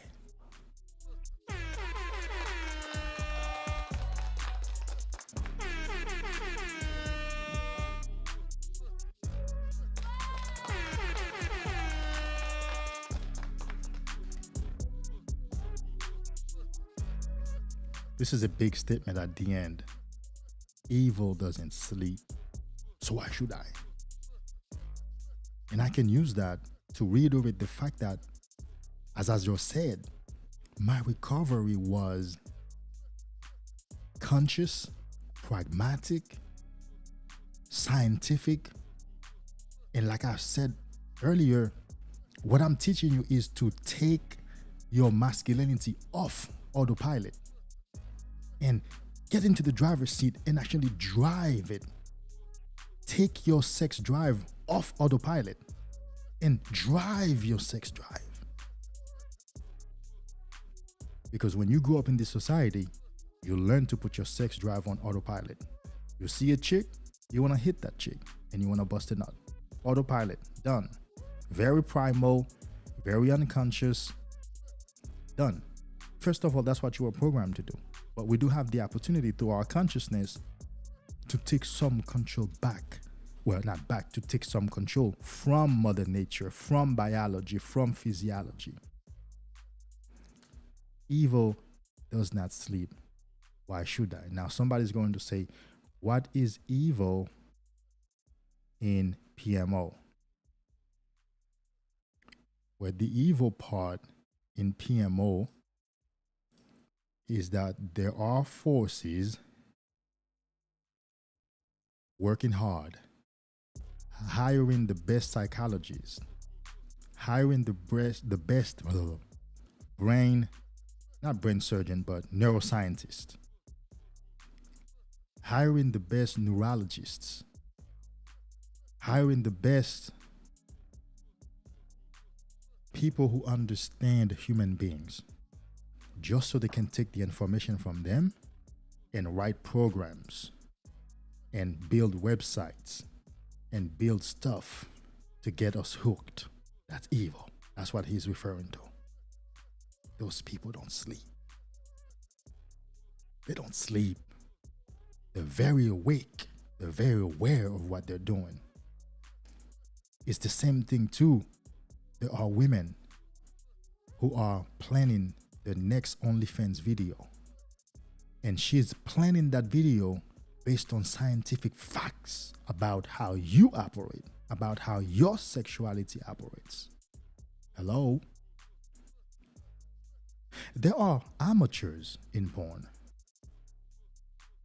And they will always show you, she's an amateur. That couple is an amateur. They're at home, they have a camcorder, DSLR, they have a phone. Yeah. They're just recording something and putting out there. But the professionals, the pros, they know the science. Have you ever watched a JOY video? You know what JOI stands for? Well, don't go look it up. I'm gonna say it to you right now so that you don't have to go and look it up. Somebody writes it in the comment if you know what JOI stands for when it comes to porn. And these ladies would be making, and that was part of what began to awaken me in porn. When I first started porn, I thought it was fun. It was for fun. Like, well, she's making a fun video for me to give me fun. And then I began to watch JOY videos. And she began to say, yo, little punk, you will always be addicted to me. You will not be able to satisfy your girl. When you're with your girl, you'll be thinking of me because you can't have enough of me. And she would say, oh, wouldn't you want to see how my pussy looks? You want to see? And she begins to show, and she's closing. No, yeah, I want to see. And that shit kept me hooked because I'm like, I want more. I want to see. I want more. And I began to think, whoa. she's calling me punk. You little punk, you low life, you have no life, you will never make a life for yourself. You will always come back here and give me your money and give me your time because I'm your goddess, you want to worship me. And whoa. This is no fun. Well, so you know what what are you doing to me then? Are you doing something that you're aware of? And that's how I begin to awaken. Like, does she know that those words mean that she's doing something to me that consciously? I thought we were just having fun. Because she said, when you're with your girlfriend, you would not be able to satisfy her. You will be laying down with her. You would think about me. You would get up and go open your laptop to watch me. Whoa. So, evil does not sleep. He's saying, these people are very conscious of how your primitive brain works sexually. Now, I'm okay with that if she's my woman and she uses that to please me. Because some women, they have that information. Boy,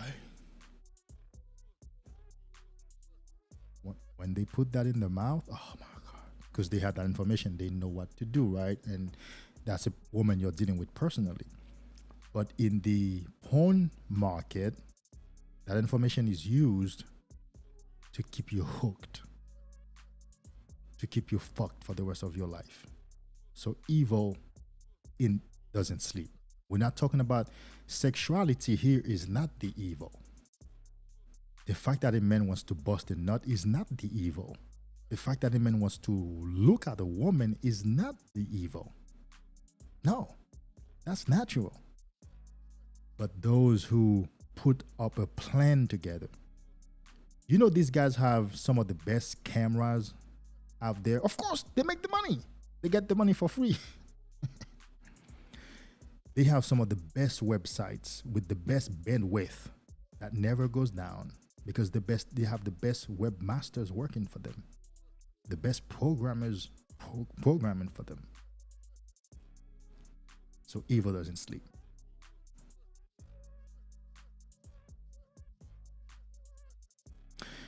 And by the way, that was a how do I call it? Turning point. On my website, I have a page about me where I give you a chronological. By the way, you can check that out on in the description box. There is a link to that on my website. In the about section, I give you a chronological rundown of my journey from 13 when I was given that magazine all the way to 36 when I began recovering. Actually, all the way to the point where I started the channel, or up to now, actually, or whenever I wrote that chronological. And then there were parts that I broke down into turning points. I had several turning points. His statement was one of my turning points, realizing that, oh shit, these people actually, they know what they're doing. No, whoa. No, that's not fun. That's not for fun. No, this is to get me. So it was a turning point. One of the many turning points I had.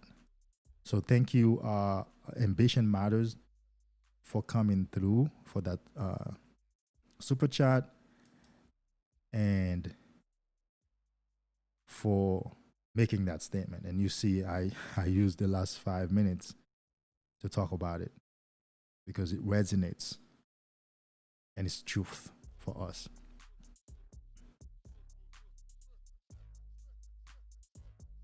Yes, that's where it's at. That's where it's at. Hey guys, send me some questions. I've been working on a discipline of limiting my lives to no longer than 2 hours, but I start with 1.5 and then add another 30 minutes. I don't know if you realize when I did that, it was about to 12 minutes and I added another 30 minutes. It's just a discipline thing,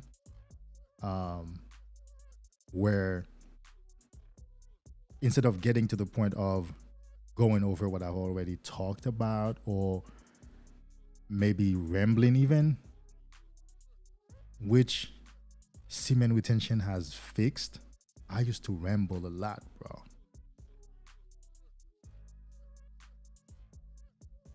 On PMO, because our brain was fucked up, right? So consequently, when I first started the channel, although I had already been recovering 2.5 years or 3 years, but that was still there. But now I'm aware of what I've talked about before. Unless there's a reason to go over it, I'm aware of where I am. Almost everything that I say one after the other is consequential. You know, it's something you can benefit from, as opposed to where, I don't know, the next 10 minutes might just be talking for talking. So I am happy to see my own growth, to witness my own growth, to witness my own development on this journey, my own self-confidence development, my own thought process development. And now I'm thinking big things. I can really think big dreams now. I can really think of going out there in the world and run a shop, if that's what I choose to do. I can see the possibility now. I can see the possibility of going back to school and earn a doctorate. In fact, I was with a friend, male friend, last night, and he said, David Hughes, of course, we talked about this whole work, and his story is no different. And he said, man, wouldn't PhD look good behind your name, bro? He said, you have so much knowledge, man. You need to go for that doctorate degree. And he says, Dr. David Hughes. And he said some other stuff in between, because we play with each other. He said, Dr. motherfucking something else, David Hughes. Now I can think of those things. And I'm not afraid if I decide to go that route. You know, in the past, I would have the thought, but I would be so afraid because I know I wouldn't be able to follow through. Or I would also be afraid of the success. You kidding me? That's a lot of responsibility to earn it, to have a doctorate degree. Now you're being called doctor, and you have expertise in a certain area, and you're operating in that level.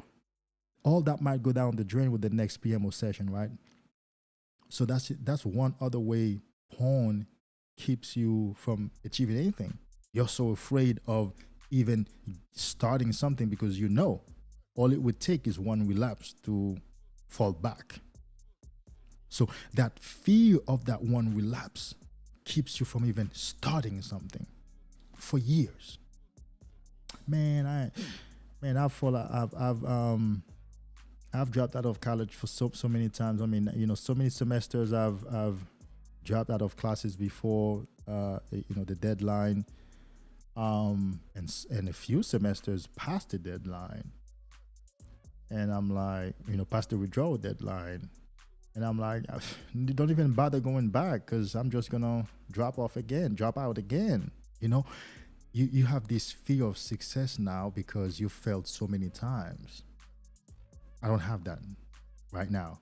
All that has been cured. I know if I set my mind to something, most likely I will achieve it. 5 years later, that's where I'm at. And so those dreams that I've put on the back burner, those dreams that I've always been afraid of, are now beginning to look possible to me. What a gift if I can help you get to that place. You understand?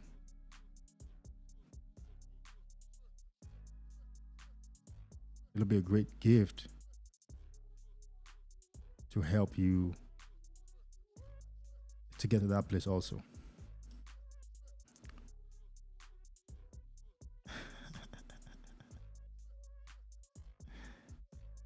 Yeah, you're right. Don't go so far. Let's just talk about the ASMR test. I've never seen test behind ASMR, but you're a very intelligent man. The the ASMR artist. You know what? You're right, bro. Because I got to be honest with you. In my journey, there were times I did this thing on YouTube. I would go look up the right ASMR. The one that mouth sounds. She's eating a lollipop, or she's whatever she's doing. And I got to be honest with you. You do have a point. You actually have a great point, because I had a few instances with YouTube, just right here on YouTube with ASMR.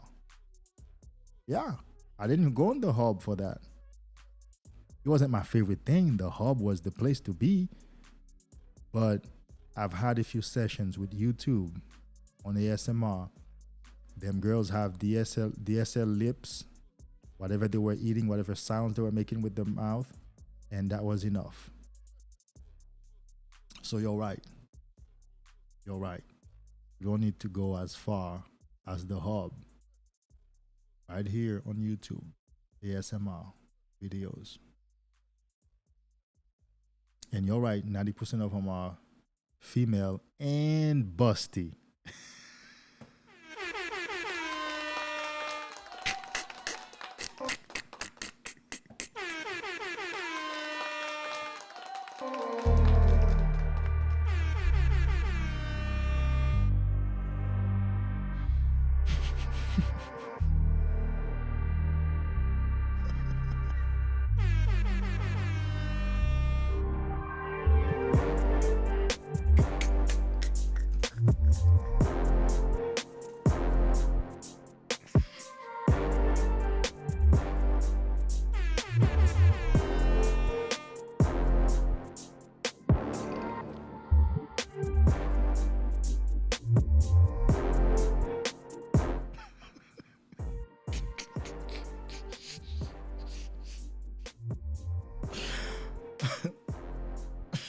You're right.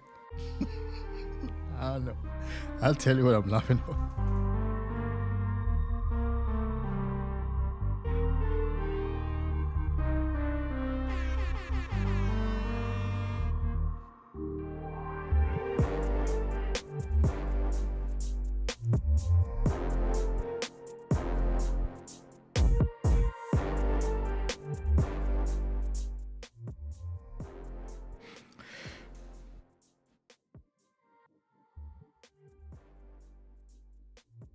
They are.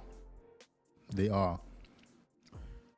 And I want to link that to what ambitions matter.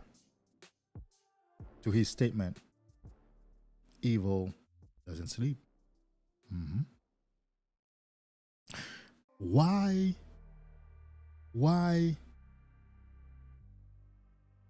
I haven't come across any ASMR artist that's flat as a sheet of paper. Because she knows that's not her lane. She wouldn't win. She wouldn't make no money.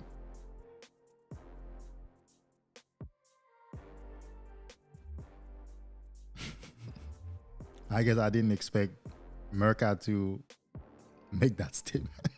And they are busty. Yeah. Yeah. Evil doesn't sleep. And so what are we dealing with?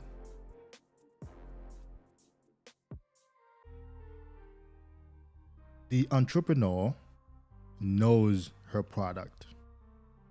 She knows what she has for sale, and she comes to sell it. Just like Onlyfans. She knows her product,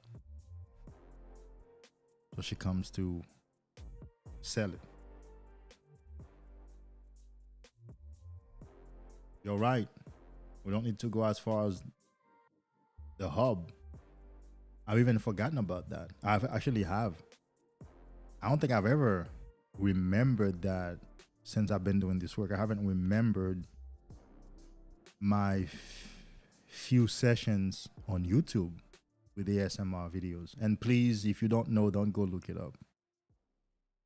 Don't let this be a trigger to you. Just take the gist of this stream, which is to help you stay off porn and practice semen retention by taking control of your masculinity and your sexuality. Let that be what you go away with. Okay? Don't let your source of inspiration become polluted by you not exercising certain self-control. Because, for example, right, you could be in church and a busty girl comes in and you let that church, which is this place for your inspiration, a place to make you better, you let yourself pollute the experience. Let's reserve it for the streets. Let's reserve it for the strip clubs. Well, I hope you don't go to the strip clubs because that's a waste of money. Never spent a dime there. I've been there several times, but on business. And yeah, somebody's gonna ask, what do you mean on business? Yeah, on business. Trust me, there are a lot of businessmen who go to the strip clubs on business with other men, with other people. Well, men. In the business world, things happen. You could strike a contract or business opportunity, and as a way to celebrate, those few men, that's what they do. David, Jake, America, what a wonderful season we've had. We've made a lot of profits. We're happy that we have you on. We're going out in 2 weeks. We're going to that gentleman's club. Everything is covered. Everything is on us. Limo, drinks, girls, the whole night. And that's what I mean. I've been to the strip clubs on business. Just like that. And I didn't pay a dime. And of course, on those trips, I'm going to tell you what girls did each time. Each location, each time, I'm going to tell you what the women did. They are used to this kind of transaction. They knew who the boss was. They didn't bother with the boss. So they knew, okay, he's the boss. So like he is the one doing the expense tonight for the rest of us, for whatever, whatever performance we delivered to him, whatever money we helped him make. They know he's spending the money. They don't go to him because he's the one spending the money. They go to the rest of us. They come to me. Make me dance, baby. Ask me for another drink.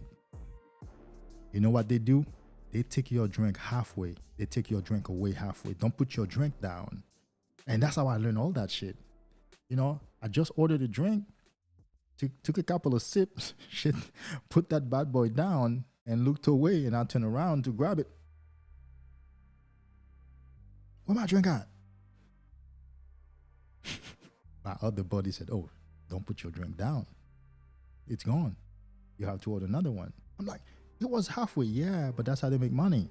That's the whole goal. You put your drink down, even if you just took one sip, it's gone. And the girl came to me. She said, make me dance. Let me give you a personal lap dance. And I'm like, yeah, I mean, dance. Then she came back. Then another one came. And I asked the body, what's all this about? They're like, bro, they know he's spending. Each lap dance was $20. So it's okay. She could be walking around, you're looking, but when she gives you a lap dance, that's $20. She knows you're not the one spending. She knows he's spending. She knows it's a business thing going on. And there's no limit. I'm like, oh, because all these good, yeah, make me dance, baby, make me dance, make me dance. I'm like, well, go ahead and dance, baby. I'm like, so I was a novice. And anyway, the the idea is it's a waste of money because you can't do anything afterwards anyway. Celebrities do, guys with real bread do, but most of us wouldn't anyway. And so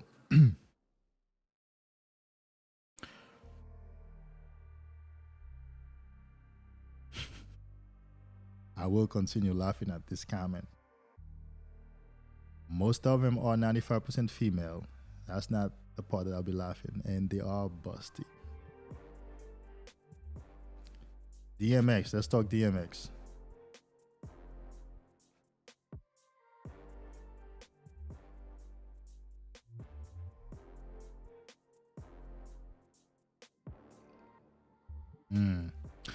So what's the latest about him? Because I think the last article I read was he ain't there. He's not conscious, and his brain is not coming back. So what's new? I haven't checked anything out. I know my brother Iron the Soul just released a video on him, which I haven't watched. So I don't know what's new. But that's our dog. Hoo, hoo. Yeah, that's our dog. Man with a brilliant. I mean, that guy could have still been in the game. The same thing with Ja Rule. These guys have unique voices.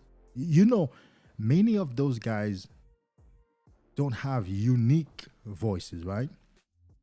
DMX, Ja Rule have unique voices. You can't confuse DMX. You just got woken up in the sleep. You just slap you up.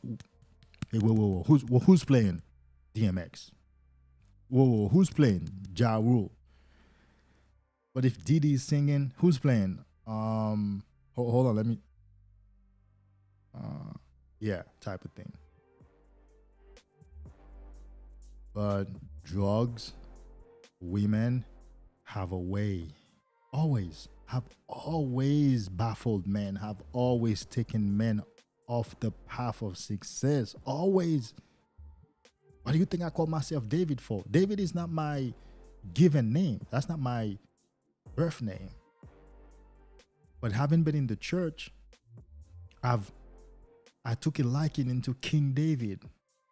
I saw everything he went through, including his downfall and witnesses for women. And I'm like David. I'm like David, man.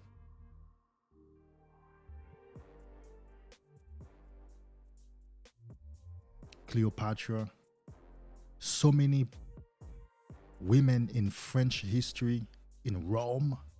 Dude, when you start reading those histories, bro, the art of seduction, go listen to or read The Art of Seduction by Robert Greene, and he's telling you history of seduction of women to men. But the tables turn when men begin to use women's seductive techniques back on them.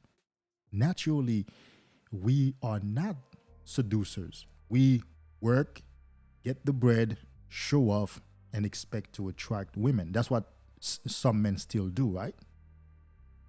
That's the natural thing in us. Work, have stuff, have money, have whatever, and show off, and that attract a woman. But men had to learn seduction from women.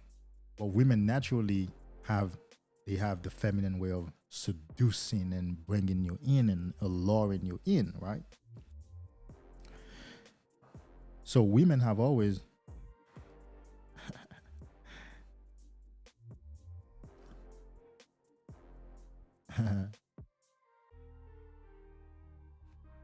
yeah, I don't like to see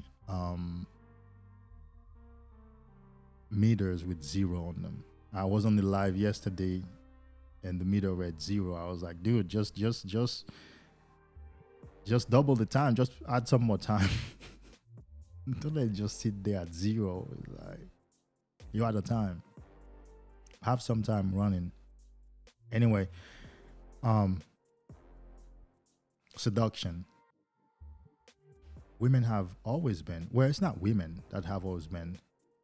The pursuit of sex and intimacy has always been men's greatest downfall. It's not women. I've heard, the statement with women have always been, well, it's not really women.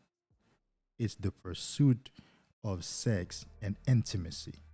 which happens to be mostly with women. Anybody else who seeks for sex and intimacy with another being other than women, or any men who seeks sex and intimacy with a different being other than with a woman, this content is not for them. I'm not producing content for that crowd.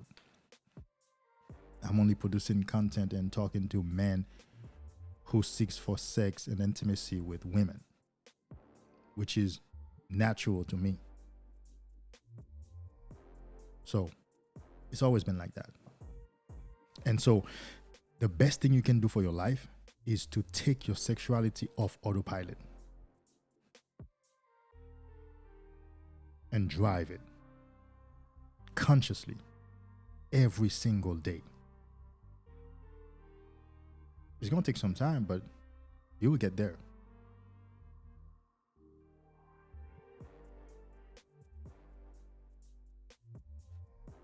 Send me some questions, guys. Send questions, comments, super chats, whatever, as we're winding down.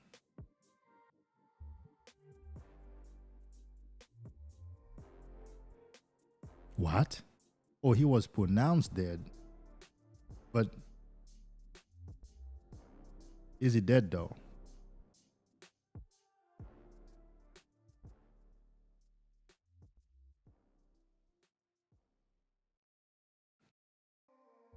Yes, sir. I have been on Earth Wisdom channel. I like them actually. Cut, ripped, lots of energy, lots of wisdom. I haven't watched them lately, but I have. And the other guy that he works with, the other channel too, yeah, those two, I have.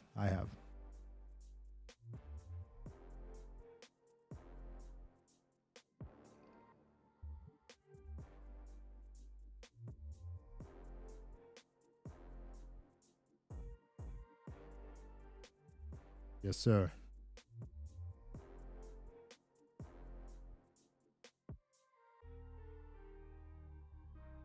Yes, sir. Yeah, I know. Most men will battle in lust and the lack of control of their sexuality for the rest of their lives. By the way, yeah, every creator is called, with a different part of the message. Yeah. And that's the beauty of creativity. We need that guy who's gonna talk all this ancient stuff. We need iron in the soul to make the connection between the Bible and this practice, right? You need the last warrior with whatever, however he presents this information. And you need me, however I present my information. And whatever, whatever specific area I operate in. And my specific area is become conscious and taking control and drive your sexuality and your masculinity, and acquire that power and feel the power and be present with it and in practical ways. You need that.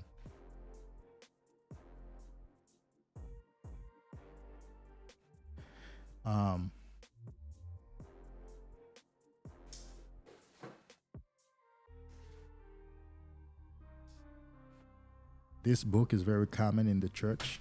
Whoa. Every Man's Battle was written by a Christian, very common in the church.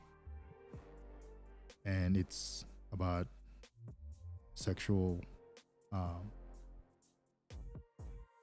say sexual temptation, but it's everything. Sexual obsession, pornography, masturbation, lack of sex in the marriage, teenagers, everything. It says winning the war on sexual temptation, one victory at a time, which philosophy I also share, because a couple of lives ago,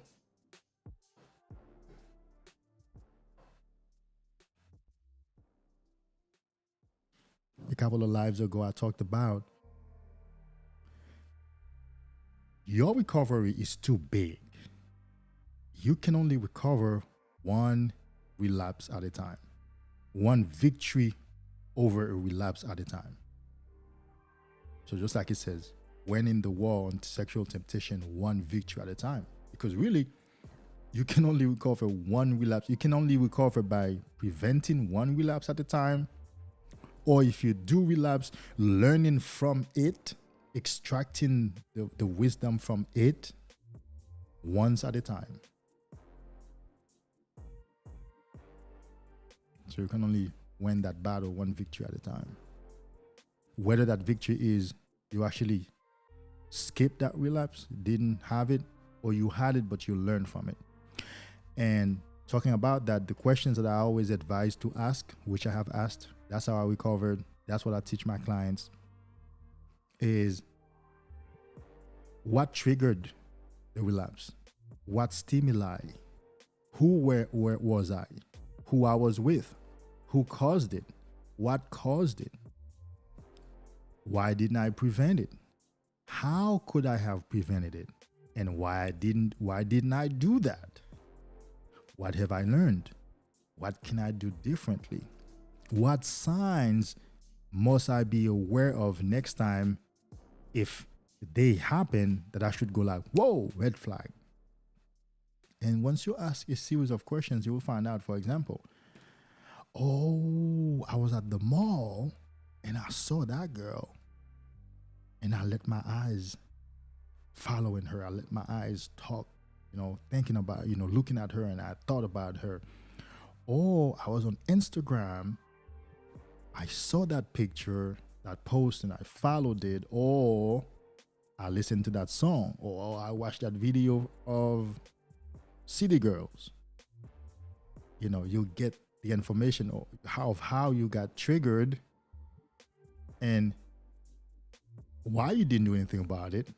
And so you learn for next time. And next time something like that is happening, chances are, I'm saying it's not guaranteed, but chances are your mind will say, oh, whoa, that's how it started last time. That's how it started. Whoa, alert, that's how it started. Practical stuff.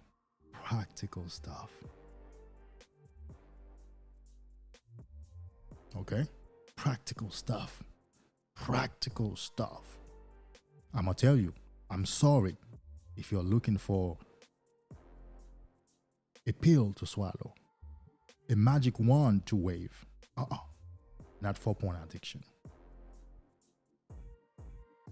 There's none. You have to do the work, and it's gonna take a long time, but you're gonna be happy that you did. That's the only hope I can give you, which is the best hope, the hope of truth. I'm not telling you, I've seen advertisements for porn recovery on YouTube that says, I can get you to quit porn in 2 weeks. You're a liar, bitch. Of course, you can't lie to me. You're lying to the guys who know nothing. The only guy who's going to purchase that program from you is because he doesn't know. He doesn't know you don't quit porn in 2 weeks. You don't quit no addictions in 2 weeks. He doesn't know. Because if he knew, he wouldn't have bought your program anyway. He wouldn't have been interested in buying it. I guess, that's how people prey on the ignorant. You liar. We understand the science of the brain. We understand neuroscience. We know how our brain works. We know how biology works. You can't quit an addiction in 2 weeks. And then worse, to make the statement, I can get you to quit. You can get him to quit? You gonna do the work for him? You can't do the work for him. What you gonna give him? A pill? A vaccine? A shot? Come on, y'all. Come on. You can't get him to quit in 2 weeks. Why are you stealing his money? Tell him the truth. If he gives you a super chat, he gives you a super chat. If he signs up with you through a coaching program and you teach him some things and help him make some progress, then that's what you do. I can't tell those lies, or else I'll be making money like that. But I'm not. Right now, as I speak to you, I have about $100, $107 sitting on my YouTube account. That's it. $107 on YouTube. If something adds to it, they're gonna pay it to me on the 23rd. That's no money. Some guys make that in super chat. One guy gives $100. It takes me over a month to accumulate $100. You don't think that I'm aware of that? You don't think that I'm aware of my knowledge and how much money I can make? But that's not my primary reason. I do want to make money, helping practically, but we do know that's not possible. So you're gonna have to do the work, and it takes a long time. But you're gonna be happy that you did when you get to a successful completion of it. One relapse at a time, one victory at a time, one scenario at a time, one event at a time. You can't skip one event. If you skip one event, then there was a link that wasn't connected. You don't understand. I want you to understand that shit is a chain. You fuck around and make one link weak, the whole chain is weak. You've heard that, right? You are as strong, where the army is as strong as its weakest link, its weakest guy in the platoon. You've heard that, right? That the whole platoon slows down for one guy who's so weak. Slow. The whole platoon slows down because one guy gets hurt. He can't do no more, and he has to be carried. That's how strong you are. You are as strong as that relapse that you didn't learn anything from. So what I like to advise is, part of my philosophy on this journey is, make your relapses count. Make them talk to you. Ask them what happened. Don't feel sad about it. No, rejoice. Learn from it and prepare yourself for next time. And when next time comes, as much as it depends on you, love yourself and say no and walk away. Like, as much as it depends on you. Remember what I'm saying? I'm not the guy who's going to say walk away, because it's not up to you to walk away, because this thing is not up to your willpower. You cannot will yourself out of an addiction, or else you wouldn't be addicted to start with. What you can do, however, is one event at a time, one instance at a time, one relapse at a time.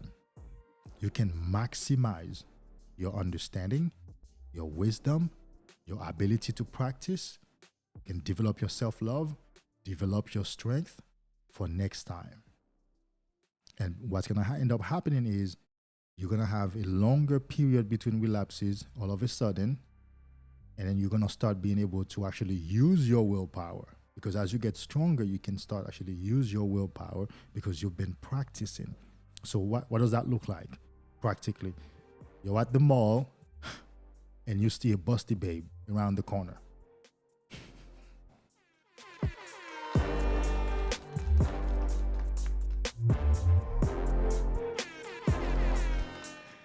Hey, blame it on Merca, okay? Blame it on Merca Castellan. He said it. So how does that look practically? You're at the mall and a busty babe just turned the corner. You run. It's time for you to leave the mall. You don't try to reason. You don't try to listen to your brain. I'm just looking. You know what happened last time. So now you know. Run, Forrest, run, Forrest, run. You run. That's the self-love part. Loving yourself enough to realize where it is within my power to run right now. It's within my power to run right now. Am I going to run and show myself love? Or am I going to stay kidding myself acting like I don't really understand, and that knowing too well that shit might lead to a full-blown relapse later. That's how it looks practically in the real world. How does it look practically also in the real world? Your friend puts a Megan Thee Stallion song on. You're like, whoa, whoa, whoa, whoa, cut that shit off. I don't want to hear this right now. This is not good for me to hear.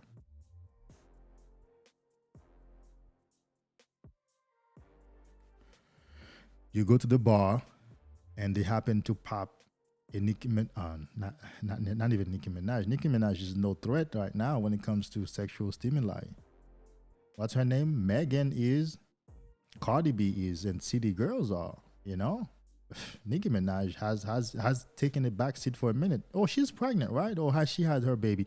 I'm not out there. I don't know what's happening like that, but I know she got pregnant or something like that.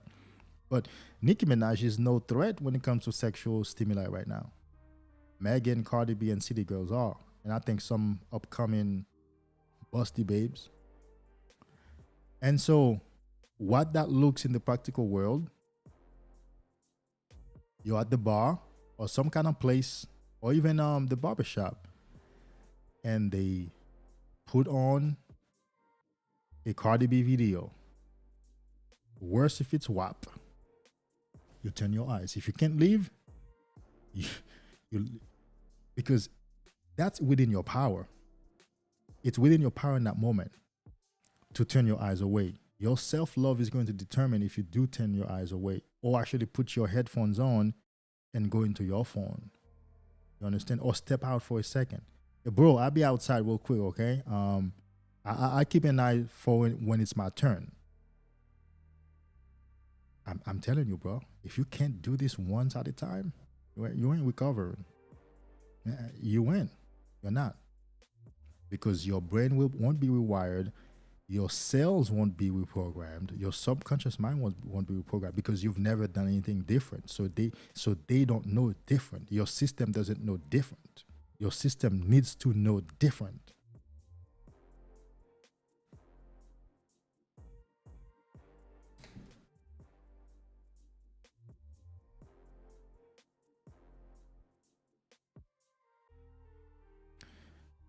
Don't tell nobody, bro. Don't tell nobody I didn't know. Well, I know now. I know now. Damn. He's 50.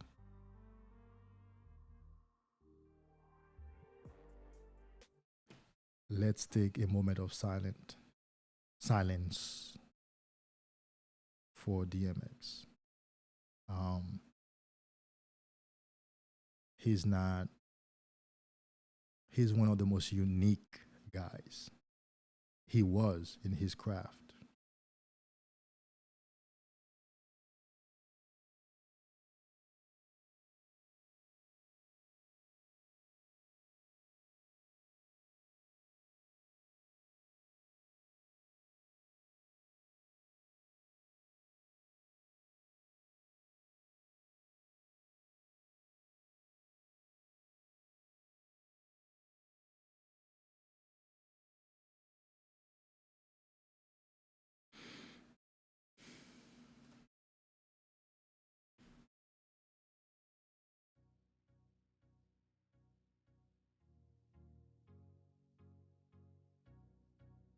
Addictions are the same. That's not his first time overdosing himself. And like I have said before, see, porn can't kill you like that, except if you combine it with something else. Because drugs just overload your system. Because they are an outside force operating on your system, right? Whereas porn,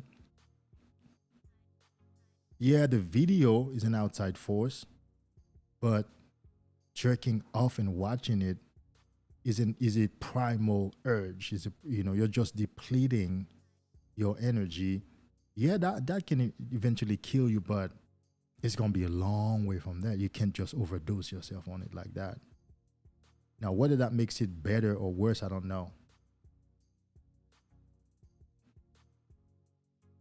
R.I.P. brother. We will he will be remembered, at least by a lot of people. He's the dog. He's that man is, his voice is something else. Unique voice. I think most people, when you hear DMX, you hear that dog barking. Yeah. Anybody says DMX, you hear that dog barking. And when you hear that dog barking, you also have a picture of ferociousness. You know, like not so much violence, but give me some other words. You know, boldness. You know, the ability to pounce forward, the ability to unleash forward, to unleash yourself forward, you know, to unleash yourself and move forward and pounce forward. That's the ability, especially in that song with you know, when he had a couple of pit bulls or whatever they were. When you think of DMX, what he represents, that's the picture that comes to mind. Well, no, that wasn't the dog. No, that was a chimpanzee. I'm not good at sound effects. That wasn't a dog. That was a chimpanzee. Hell no, it's not chimpanzee, it's a dog. When you think of DMX, you have that boldness, ferociousness, fearlessness come to mind.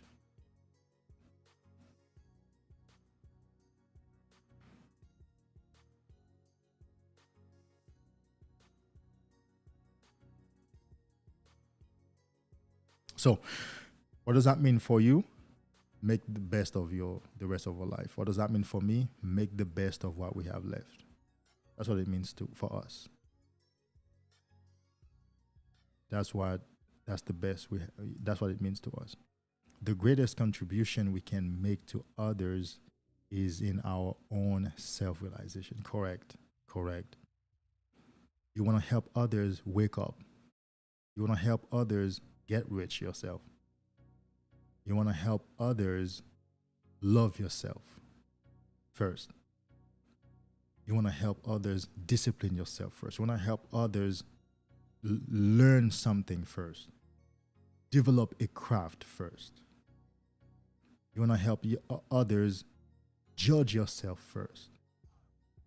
You know? Yeah.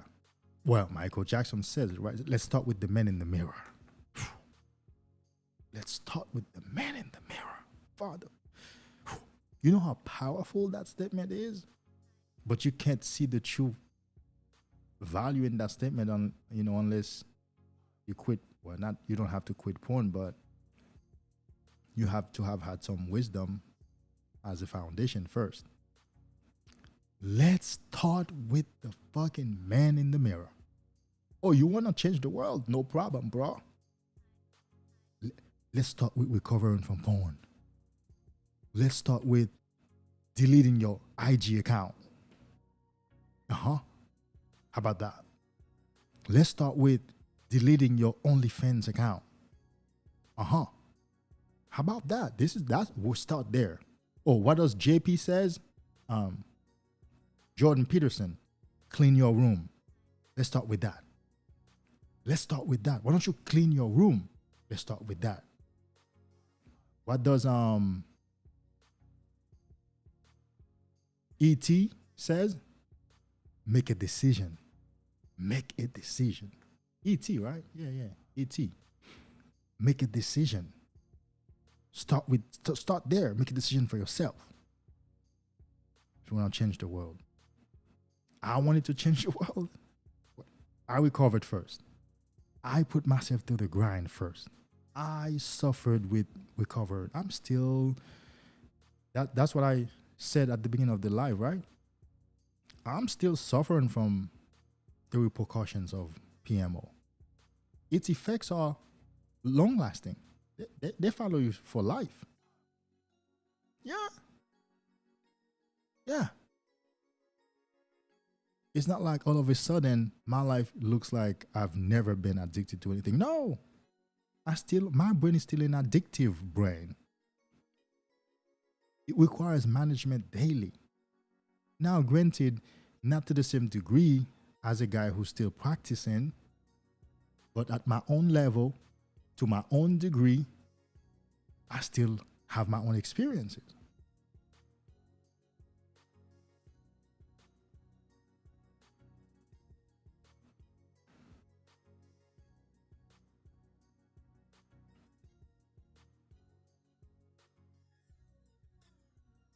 Damn.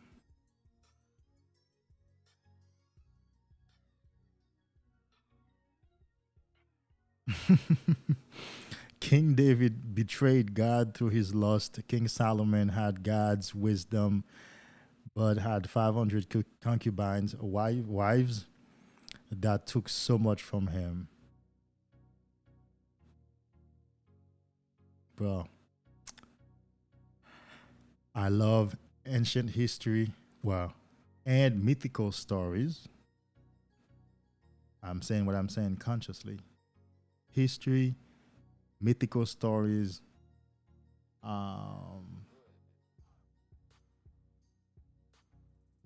yeah, they carry so much wisdom for us.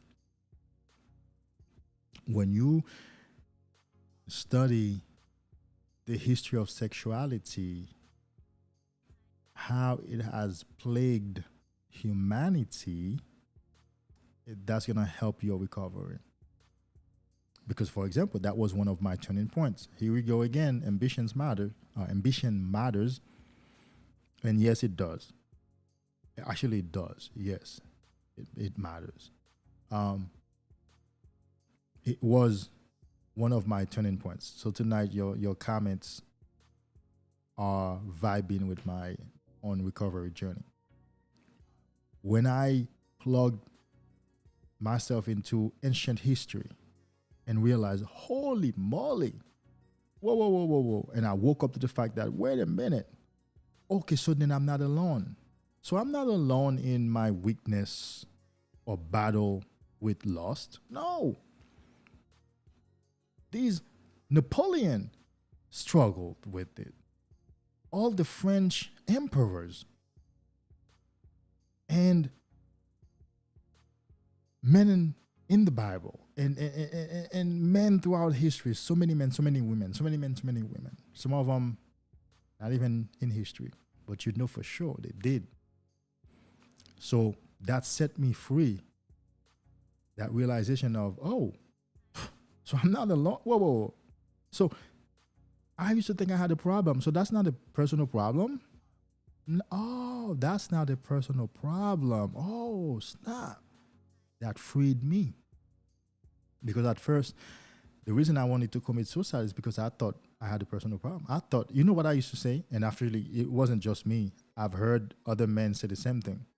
And I've read materials that say it's a common statement or common thought among porn addicts or even other addictions. What's wrong with me? What's wrong with me? Why can't I leave this thing alone? Why am I such a pervert? Why am I so weak? So we initially had our gaze towards ourselves. We were judging ourselves. But when I began to look outside of myself and realize, holy moly, the whole world is actually, the whole history of the world is plagued with sexual encounters where men and women fell. And that freed me. And so I took my gaze from myself. I stopped judging myself. And I began to take a practical, pragmatic, redundancy, but it's necessary, look at myself and be like, okay, so then I just need to acquire knowledge and develop practices to help me do better than those guys. But we're all the same.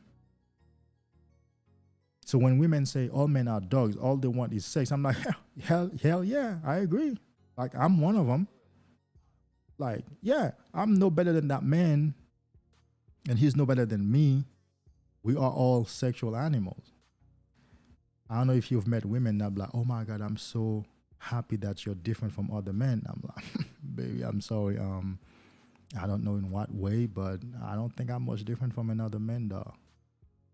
because I don't want her to separate me from another man. Nah, we're all the same, baby. I want that thing you have between your legs as much as he does. Yeah, don't get me wrong. This is how women would friend zone you. Oh, I see you like my cousin. You remind me of my cousin. You remind me of my brother. I'm like, whoa, whoa, whoa, whoa, whoa. I want nothing to do with the image of your brother and your cousin. Right now, I'm talking to you straight for sexual business. So please don't. No.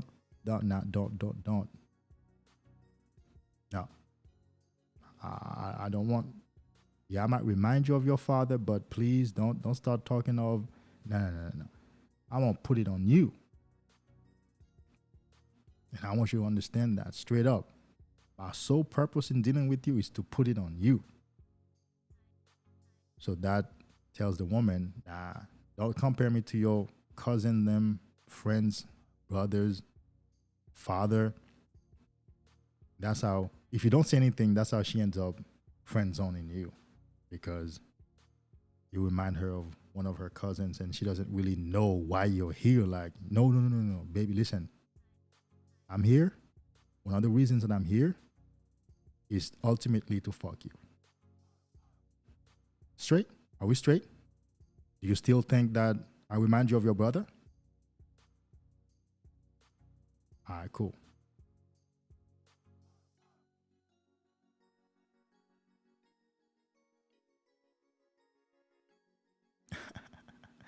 I have a broadcast. I did a whole live on contrasting Joseph and our famous guy, our favorite Joseph and Potiphar's wife, and Delilah and Samson. I have a whole live. Actually, it's one of my most popular live. Yes, Joseph was a slave until he earned Pharaoh's trust, through semen retention, until he ran away from his wife, from Potiphar's wife, and remained chaste, have all his power to decipher dreams and break dreams down and help the king establish that new era of management and leadership. So his sexual discipline rose him to power in the same house where he was tempted but prevailed.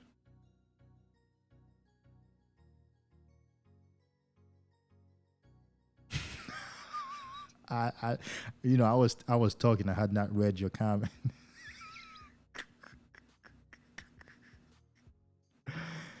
She screamed, "Me too!" You guys are killing me tonight.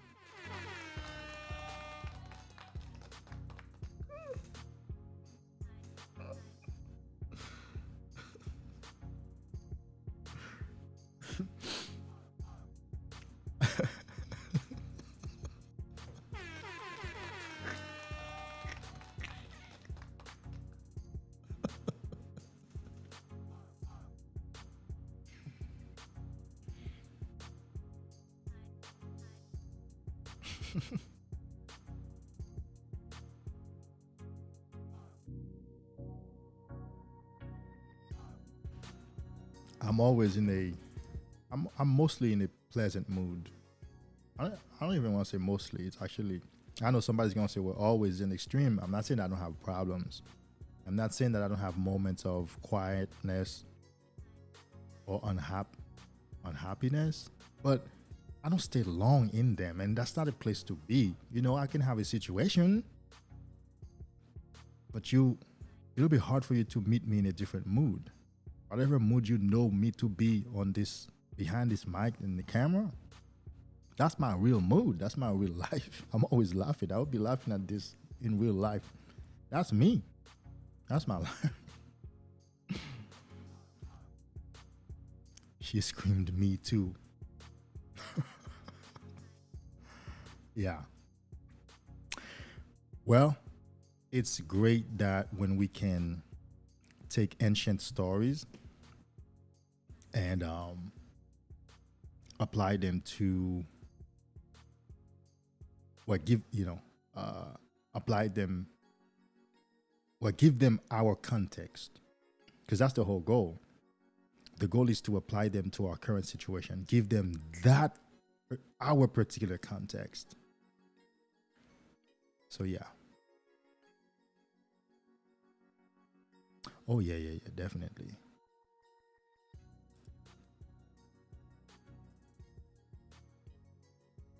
Yeah.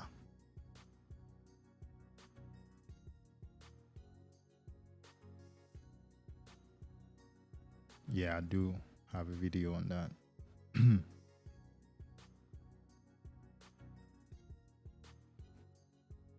Yes, it is.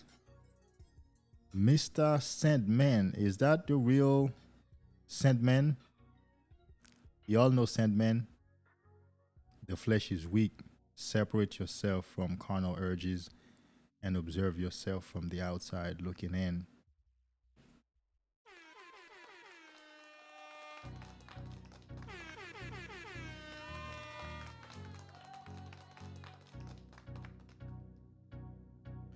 I want to read something for you to substantiate what Mr. Sandman said.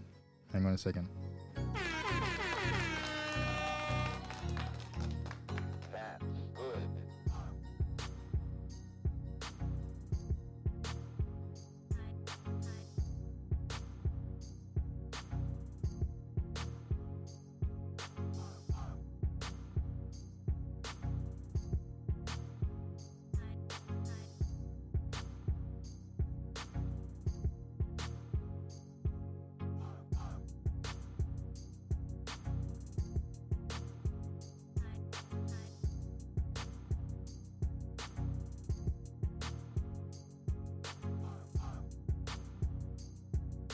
It's important that I read it for you. I do want to read it for you. Hang on.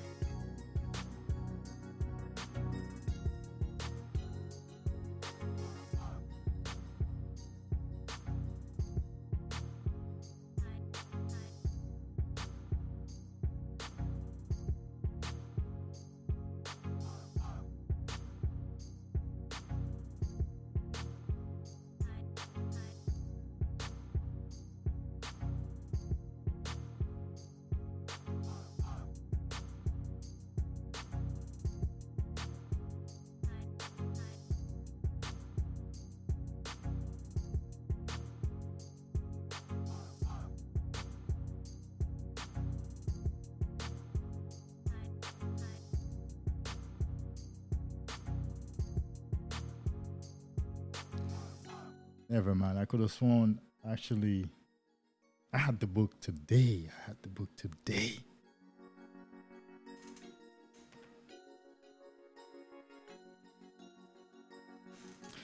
Anyway, I wanted to read it for you as opposed to just telling you. So the book says, the body is a masterful manipulator.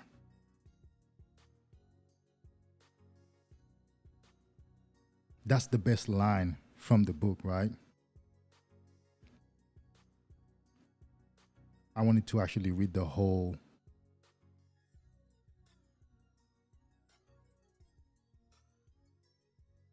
There we go. So I'm able to open the Kindle version.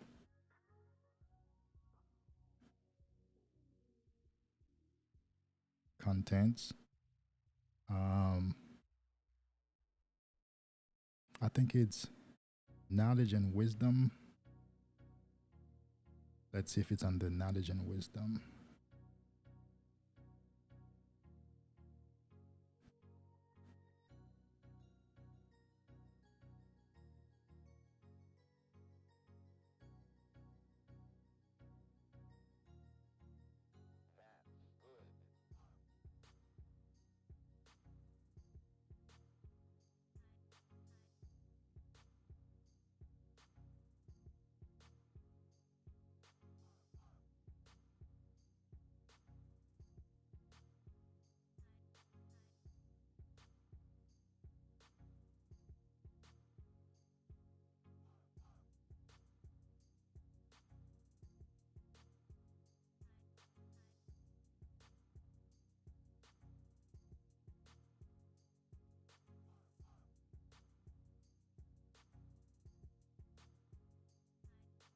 All right. We got it, guys. I know I'm like that. I know. I'm like that. So this is why these days I spend more money on one book than I used to. I want to have the hardcover, the Kindle version, and the audio version from Audible.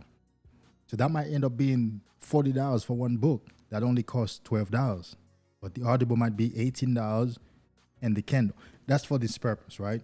I really wanted to read this for you based on what Mr. Semen said. I wanted to corroborate with that, right?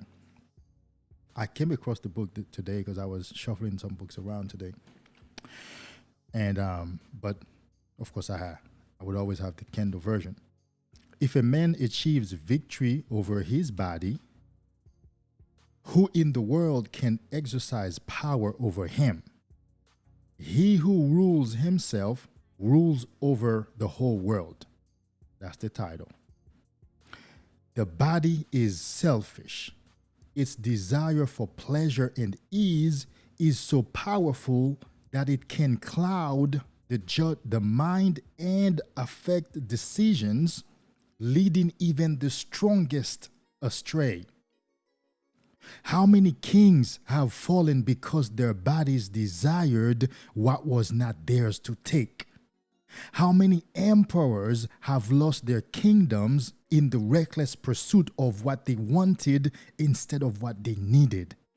The body is a masterful manipulator, and no poison is stronger than its whispers.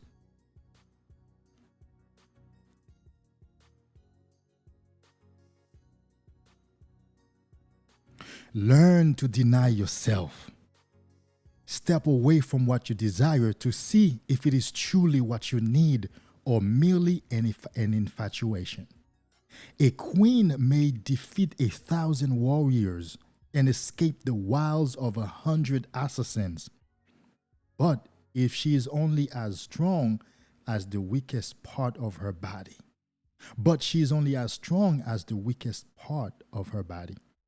Earlier, we talked about the army or the platoon is as strong as its weakest man. We talked about your recovery is as strong as your weakest relapse. Learn to deny yourself. Step away from what you desire to see if it's truly what you need or merely an infatuation. Again, the body is selfish. Its desires for pleasure and ease is so powerful that it can cloud the mind and affect decisions, leading even the strongest astray. How many kings have fallen because their bodies desired what was not theirs to take? How many emperors have lost their kingdoms in the reckless pursuit of what they wanted instead of what they needed? The body is the masterful manipulator, and no poison is stronger than its whispers. Do you know what the whispers of the body is? Hey, she looks good. She looks good. You know, on top of that ass. Hey, you know, as you go spend some time with porn, hey, feel good, you know. One more video, just one more video. You're tired right now. Oh, here is the biggest lie in society. When men are tired and need to fall asleep, sex helps.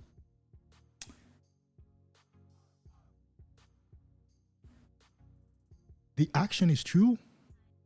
He busts a nut, he goes to sleep. But what's not true is the fact that for me and you on this journey, we know when we cannot fall asleep, I get up and come to this table, to this desk. That's what I do.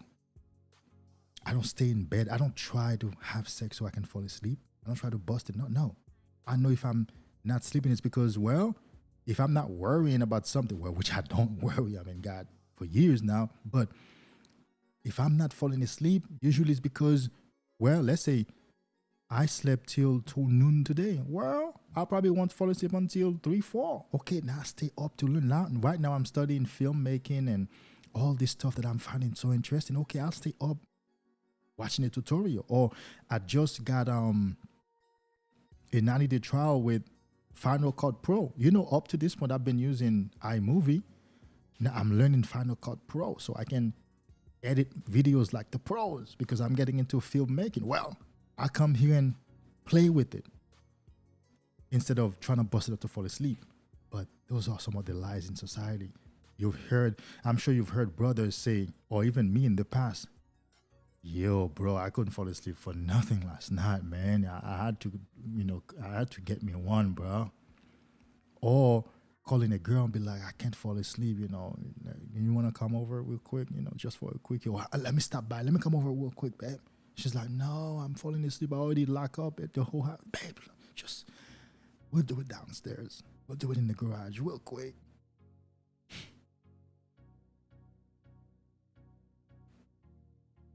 But yeah, those are the whispers of the body.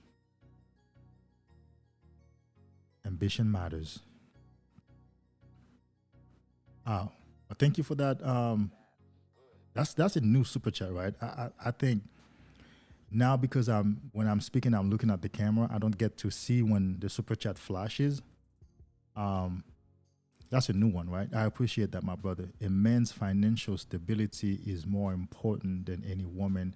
Cultivate your seed and protect your essence. The things that you cannot say no to eventually becomes your master. Yeah.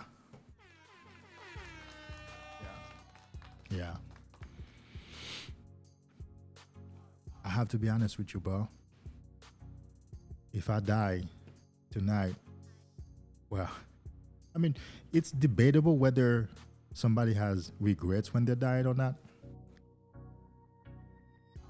Because after you die, it's debatable whether you're still aware or not. But anyway, I don't have any regret right now that I have done this work. I could have been further financially, educationally, but that's still arguable, even with the perfect circumstances, right? But I do know what work I have done.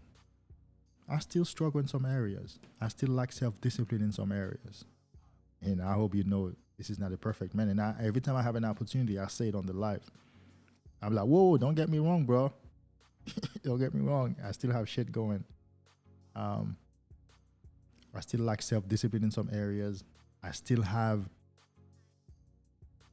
effects of lethargy lingering around, all time. I still have lack of focus lingering around, very subtle. It's not like I'm not distracted. I'm thoroughly focused, but I still have lingering little damages from porn lingering around me. And every once in a while, they knock on my door. And at a very minimum time, sometimes they get in. Not most times. But every once in a while, in subtle ways, they get in. Yeah. But I'm happy that I've done this work, bro. I'm happy, man. And I'm gonna tell you, bro, sitting here, doing a live that I know is going to stay on the platform that another man will watch, it gives me so much joy. It's one of the best things that I do in my life right now. Inspiring people gotta be the best thing anybody can do.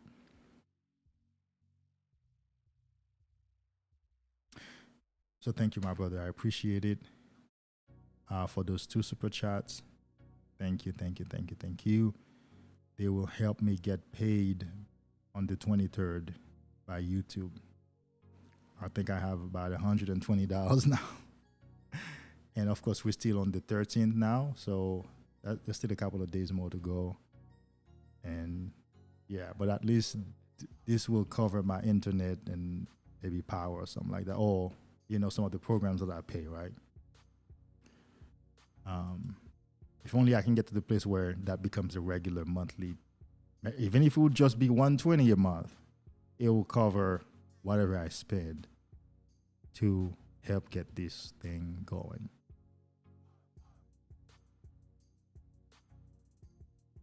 You know? So thank you, bro. I appreciate you. Sometimes the only peace someone can find is their own addiction. Yeah. But they soon come to realize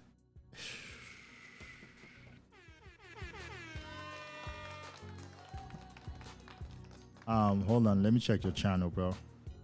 If you're not producing content, you need to produce content. But I'm more than sure that you're creating content.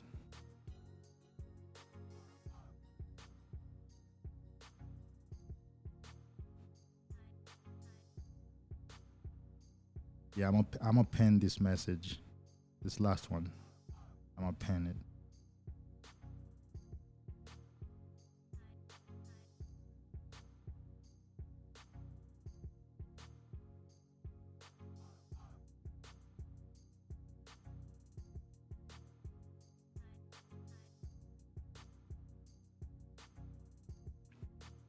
I'm gonna tell you something. Ambition matters. Do me a favor. Oh wait, you can't do this. You can only leave a comment when the live is done. But while the live is going right now, you can't click on someone and follow their pages. You can do it on a comment when they leave a comment. Why don't you do that for me? Find another video and leave me a comment. Find another video, leave me a comment. I think when you leave a comment, you can follow the person's comment and go see their channel. But if it's a live, you can't see. If it's a chat, you can't see it. If you're not producing content, which I'm sure you probably are, do it. But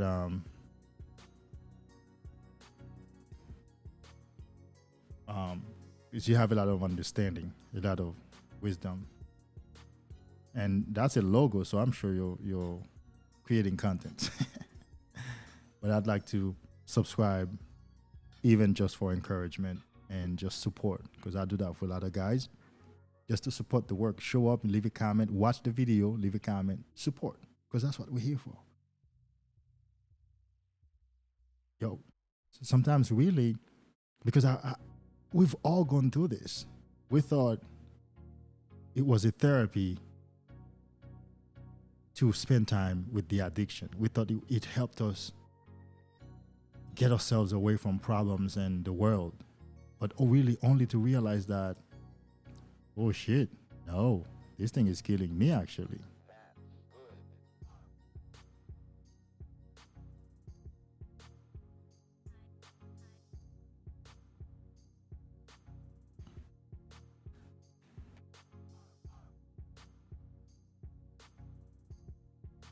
Mr. Sandman, thank you for being here. DMX had a lot of pain inside, yeah. And you could hear him release that pain, that emotions in his music, of course, yeah. Yeah. Yeah.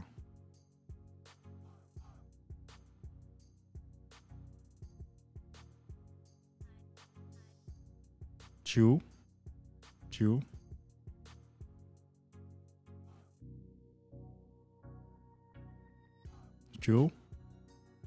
Yeah.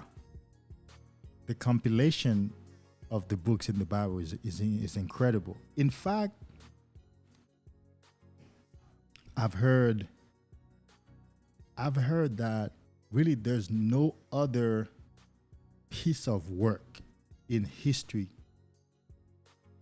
I don't even want to say that can rival the Bible, but that can come close to it in terms of a masterpiece or a masterful piece of work.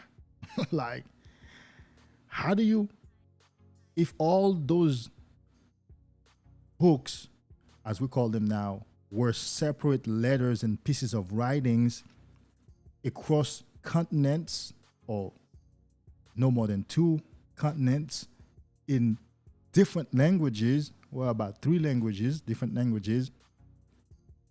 And all that over a long period of time can come together into this masterpiece. You know what? Men can really come together and do some damage and create some beautiful things and also do some damage, just like in the case of Hitler, for example. So we can do both, right? There isn't a work in the world. The tallest building didn't take 500 years to be put together. They didn't have to fly all over the world to bring materials together, okay? Technology does nothing else that has taken so many people and so many men and so many different parts, and that has endured so much hardship and for so long. Only the Bible.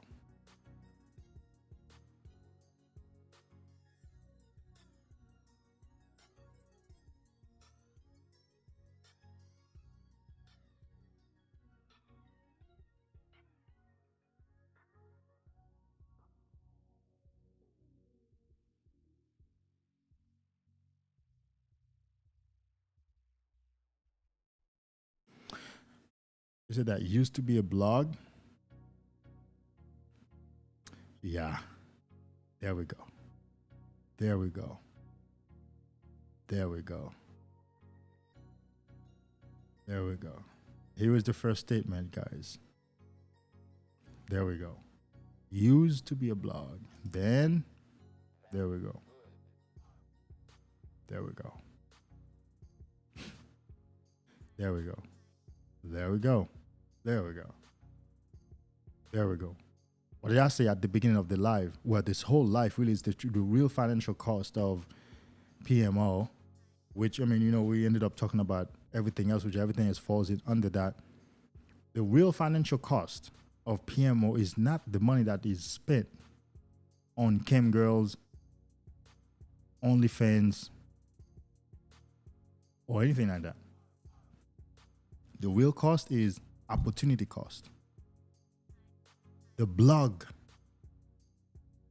that didn't remain. The book that got stopped. My book, your book, Ambition Matters, that got stopped. The businesses that stopped. The opportunities that you missed.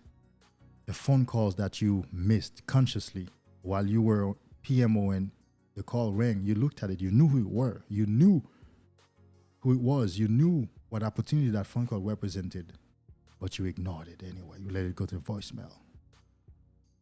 The opportunity cost. The time and the resources that we spent PMOing could have been used to build that blog, could have been used to build that business, could have been used to write that first book, that second book, that third book. I know guys out there who are free from PMO, who release a book every 4, 5 months, 6 months. And I buy them every time they release them. Every time they announce a book, I'm like, God damn it, he's already written another book. Oh my God, this guy doesn't. And I'm looking at my own self like, God damn it, I can't do it. How does this guy write a book every 6 months, every 5 months, in fact? And I'm gonna buy it because it's good stuff. And it's the type of book that requires compilation, like a lot of research. I mean, even if he has a research team, I'm like, oh my God. Yeah. That's the real cost. Everything. Started this, I stopped. Didn't complete this, didn't finish this. Congrats, bro. Oh yeah. It's coming. You know, I mean, you know, it's debatable what full mastery is, but what I like to say is you can get this practice and you will get it to a satisfying level. That's my statement. A level where you feel satisfied. You understand? Like, okay, I think I'm okay. I think I can do. I think I won't be knocked off this path easily. until you can get there and feel like that, for me, that's a good measure. And there's no number in it. It's a measure of, well, in my self-awareness, I think I'm, and there's no self-deception in it either. It's more like, yeah, for where I used to be and for where I've been right now and for where I am, I don't want to toot my own horn, and I don't want to boast either. I don't want to, speak too soon, but I'm satisfied, and provided that I stay on this journey, on this practice, I'm good. I call that a satisfying level.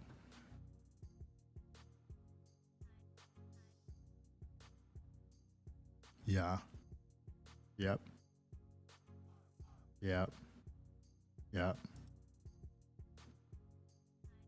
Well, that's not you alone. Our biggest obstacle is our self-destructive tendencies. And nobody else is in the way, bro. Listen to what I used to do. I'm being modest here talking about the Bible. By the way, I have a bachelor in practical theology. I do have a Christian background, and I'm being very moderate. Not that I try not to talk about it, but I want to keep this as much as, so I've been a youth leader in several churches. I've been on the board of directors, leadership team. I've been a sound booth guy.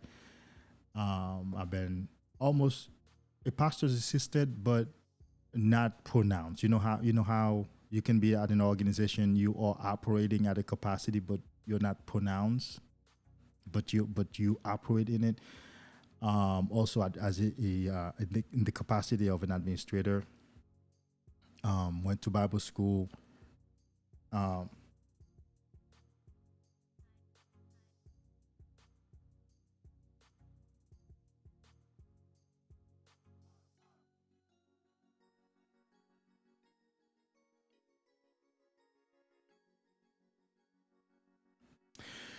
And so, why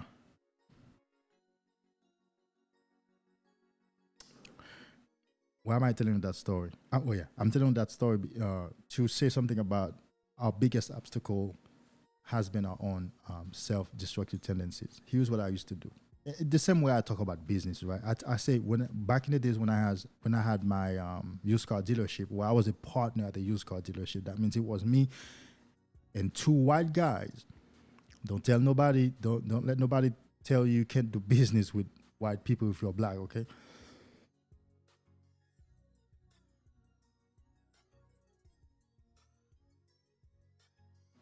And they weren't trying to pull anything fast on me either. Okay.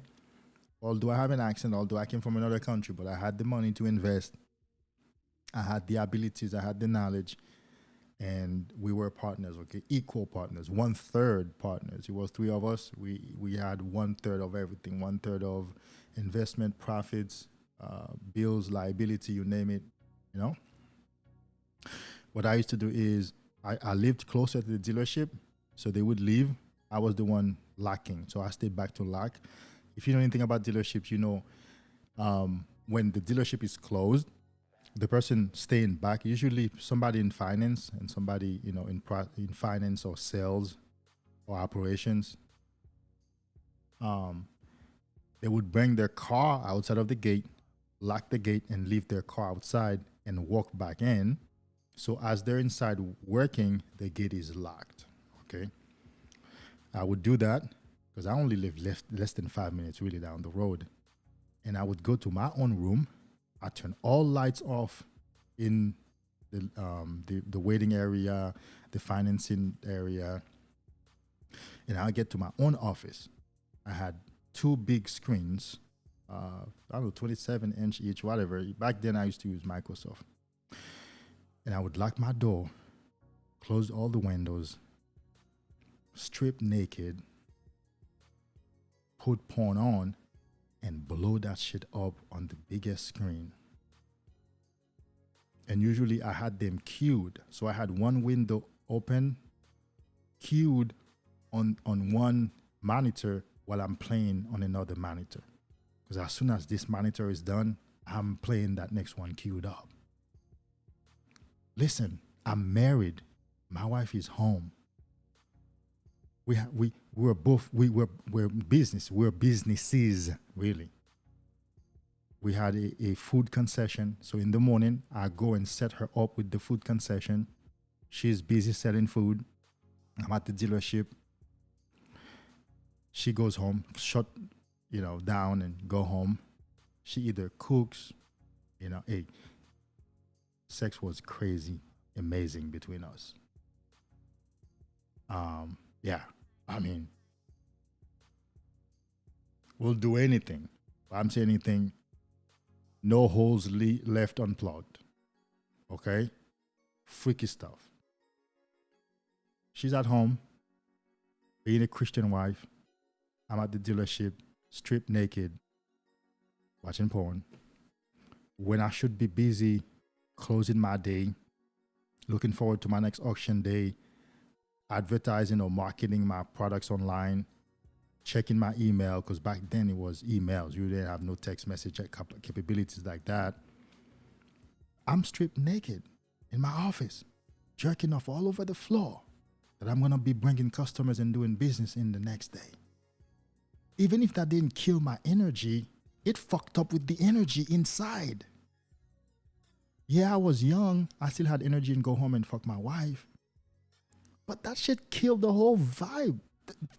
The office was dirty.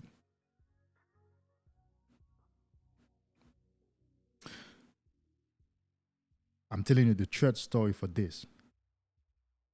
The youth leader, my church or those churches' schedule was every month that had 5 Sundays, the 5th Sunday would be Youth Sunday. So the youth leader would preach, or the upcoming preacher, which is the youth leader, who would preach, right? The days that I preach were the days I was going to go home and have the biggest PMO blast. Talking about self-destructive tendencies. Any other day, the days that I preach, bro, which means I had success, people came afterwards and shook my hand and complimented me. And like I had a great success. The youth leader has spoken, family members got moved, parents got moved. Like I feel good because I'm in Bible school. I know my shit. I'm progressing. That's the night, I assure you, every time. Couldn't wait to get home. Took a shower, stripped naked, and spent the next 4 or 5 hours PMOing, destroying the success. And so Monday morning, I woke up like a zombie. And so when my pastor called me on Monday morning to talk about Sunday, because I operated at different capacities, youth leader, board of directors, leadership team, administrative capacities. So I'm a person in being groomed as a possible upcoming assistant pastor in the near future. I'm one of the individuals he calls on Monday morning so we can talk about Sunday, how Sunday went. Every time he called me, I'm so low. I am so low in energy and in spirit. When he's pumped, I should have been pumped from having that success on Sunday. Because I went home and PMO for how many long hours. If I did pick up the phone, I'm in low spirit, bro. It's like, Brother Hughes. Yes, sir. Oh, yesterday. And I'm I couldn't bring my energy up. I couldn't fake it. I mean, when your energy is low as a result of PMO, you can't fake that shit. I'm going to tell you right now. You can fake sadness. The low state that PMO lives in you, you can't fake out of it. You can't fake yourself out of it. You can't pretend you're happy. You can't pretend you're upbeat. That shit is hard. Because remember, to pretend you're happy, you would have to have some sort of dopamine levels that are healthy. That shit is way to the ground. You can't kind of perk yourself up to sound everything is good. No, you can't. You cannot. Talking about self-destructive tendencies. Also in business, the days I had the biggest sales, the days I had the biggest transactions or the biggest check cut to me was the day that I was going to not only PMOing, and there was a long time before I stopped, I used to order hookers. And it was a pattern when I had huge success in business, even with the ex-wife.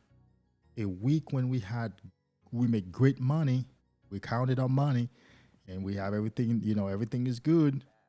I had my own personal secretive fun to go have. She and I had our own fun, but then I would go away, get a hotel room, and order a hookup, a hooker.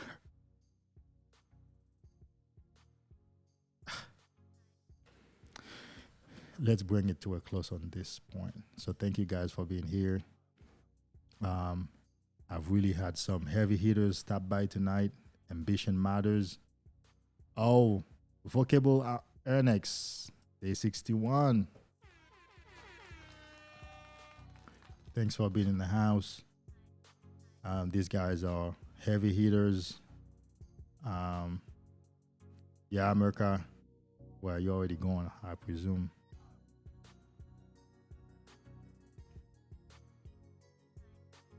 Yes, sir. They're from the leaks in the energy supply, correct?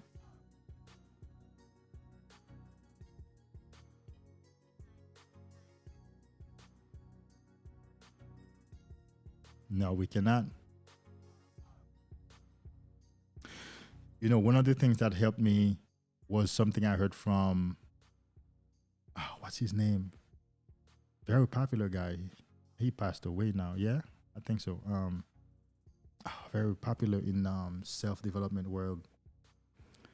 He says, Jim Ron, yeah?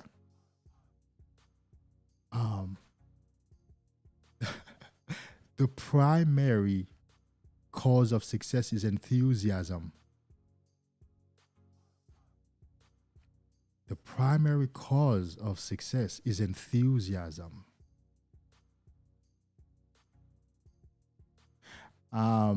Yes, Iron in the Soul and I have similar experiences. We've talked, he and I have talked. We have similar experiences in the church, similar degrees, similar, but he still married himself. Well, he got married after that. Yeah, he and I have talked. I don't know. Well, I can't say he wouldn't be open to it, but I've reached out to a lot of other creators in this space to do a collab. These guys are solo, but Iron, yeah, like if I come to his show, his page and leave a comment or do whatever, he knows who I am. He knows exactly. But and right now that I've been studying filmmaking, I'm really thinking of collabs. I have a few guys, lined up, but they're not really creators in this space. I would really do a collab on our own story. My own story, their own story. So I'm busy doing my own PMO documentary. I have my own PMO documentary. I want to do collabs in this space, but the few guys I've reached out to, which Iron is not one of them, I haven't. What I'm actually planning to do, or what I thought of doing, is to bless him with a coaching call. Get a coaching call from him, and only for him to realize, oh shoot, it's Men Superpower. I'm like, yeah, bro, just wanted to talk to you, and I paid the money and have a call with you, but that's it. That's it. Not much help from you. We're doing the same work. We've talked, just wanted to talk more one-on-one. And since we got an hour to do so, let's talk business. Would we, can we do a collab? Actually, that's something I've thought about him to do. But I appreciate the guy. I love the guy. He's one of the guys that I respect in this space. It's one of the guys that I respect in this space. Merca. Yeah, I know it's so good, Merca. You can't go. Can you? Yeah, I'm always up for a collab, but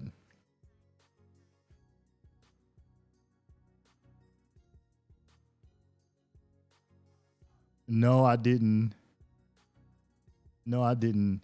He does have a video, right? And in fact, the way I came across his video is when I YouTube my own channel. You know, there was a time YouTube was not showing my channel. So that was in Googling, well, in YouTubing Men Superpower, his video would be the number one. That's how I found out he has a channel. Now I'm gonna tell you how I got the revelation for Men Superpower. I'm gonna tell you. It's a great question too. The channel used to be called Menskindgom. In fact, my cash app for the channel is still Menskindgom. MEN''S Kingdom. Because like I call myself David, I've always identified myself as a king, right? I am a king. You can see that right here, right? And everybody who knows me calls me a king. You know, I call a friend or they call me, I pick up, they're like, King David, my woman, my king. So, by the way, what you call yourself, the price that you put on yourself is the price that people will pay. I have not had a person tell me, no, you're not king. I'm not calling you a king. I have not that. Men and women automatically fall in line and call me king. The price tag you put on yourself is the price people will pay. And so Menskindgom, right? Men Superpower was a rebranding. Menskindgom was, I started the channel excited, knew nothing about branding, knew nothing about anything. And then I began to think about, what is it that I've really done in terms of work? What is the work that I have really done? What is it that I stand for?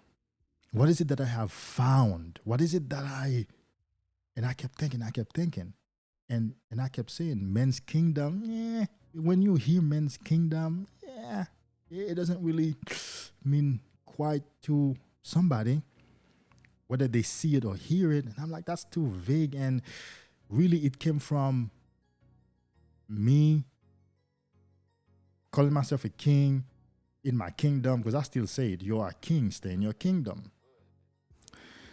And then in processing, a lot of processing, one day it occurred to me that, I have found some sort of a superpower. Yeah, like whatever work I've done in my life has been sort of a superpower to me. Like, it's whatever I know, whatever I've done, it has become a superpower for me. Like, I can use that shit to level up at any given moment. I could be in the lowest state, and then it hit me, Men Superpower. Oh yeah, Men Superpower. Bro, I Googled Men Superpower to see if there was a website. Nothing came up. I'm like, you mean to tell me no man has used the term Men Superpower as work? None. So I like me a, what is it? Domain name, mensuperpower.com. I changed YouTube, rebranded. That's how I got Men Superpower.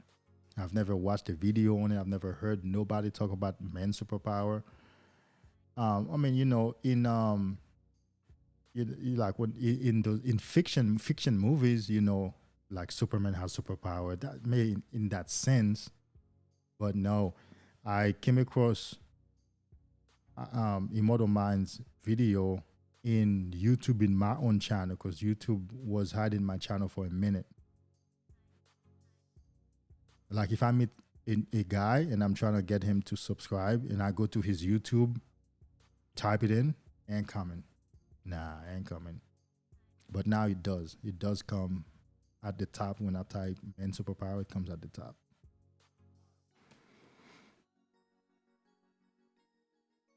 Thank you.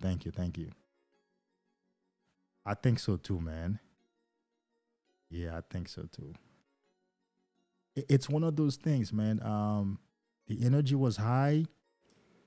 I was still on long streaks. We're talking about 6 months plus, and actually no, I was on a year streak at the time. When I started this channel, I meant business. It was a 1 year streak. And by the way, don't tell nobody, I broke up with a girlfriend as a way to free myself to start this channel. Because, yeah.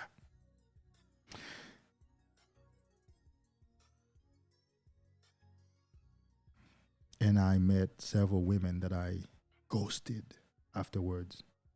Because if I continued with them, I would not have started the channel. I was determined, bro. I was crazy determined. Because I felt like this is going to be the most significant creation I do post PMO. You heard that? Post PMO, starting this channel was the most significant step and statement in my universe. So I had to do it.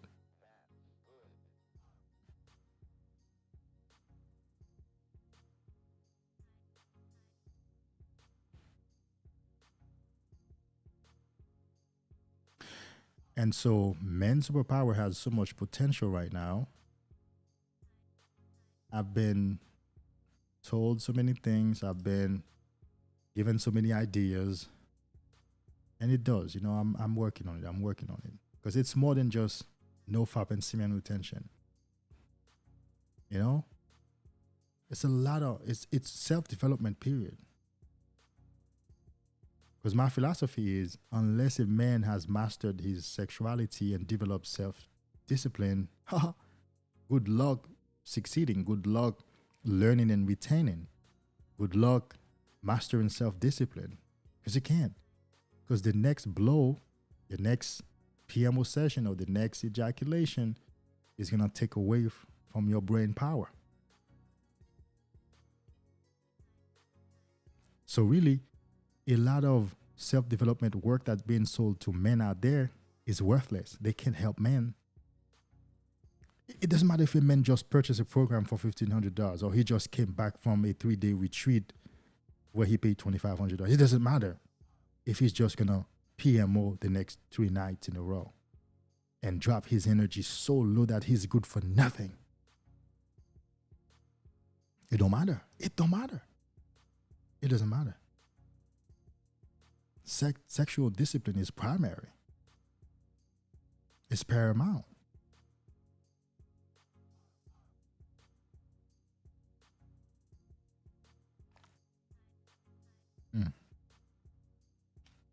They're so good. Protein shake, homemade protein shake.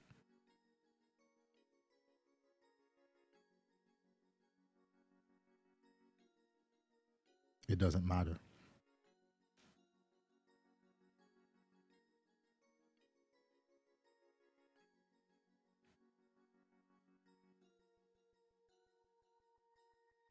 Let's go. Let's go for it, bro.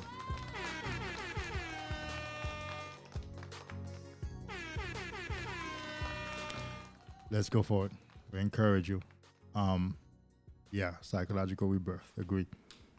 We need more men with my story. We need more men with Iron in the Soul story. We need more men. Iron in the Soul story is very clear. My story, I hope, is very clear. We need more men with such a clear experience and story, and who comes behind this camera and put it all on the table. I have a lot of respect for him. I also have a lot of respect for The Last Warrior and a few other guys that can't come to mind. There was this young man that was coming up, YMC, Young Men's Conversation. I don't know if he's still, the channel is still around, matter of fact, while I'm still here, because I have not gotten a notification from him. But he was up and coming, and I had respect for him. Because really, what you need when a man, he hasn't been dropping anything because I have him on notifications. I have him on all notifications, so I haven't received any notifications from him. So he has not, basically, he has not uploaded anything. But I have a lot of respect for him. If you don't know who I'm talking about, it's this guy. You can't see, but you can hear. YMC. Young man's conversation. About to go take me a quick jog real fast.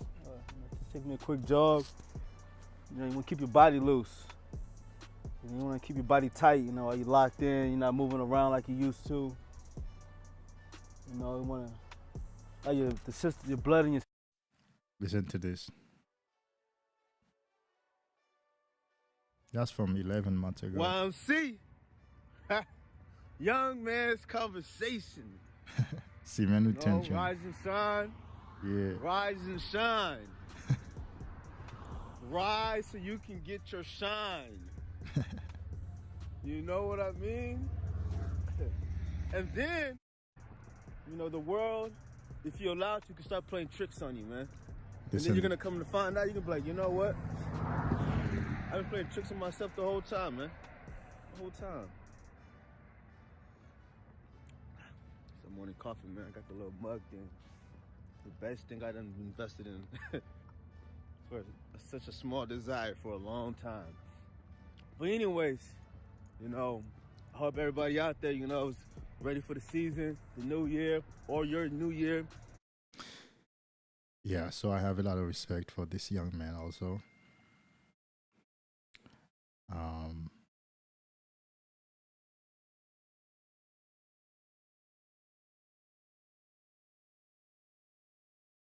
Yeah, a lot of respect for him.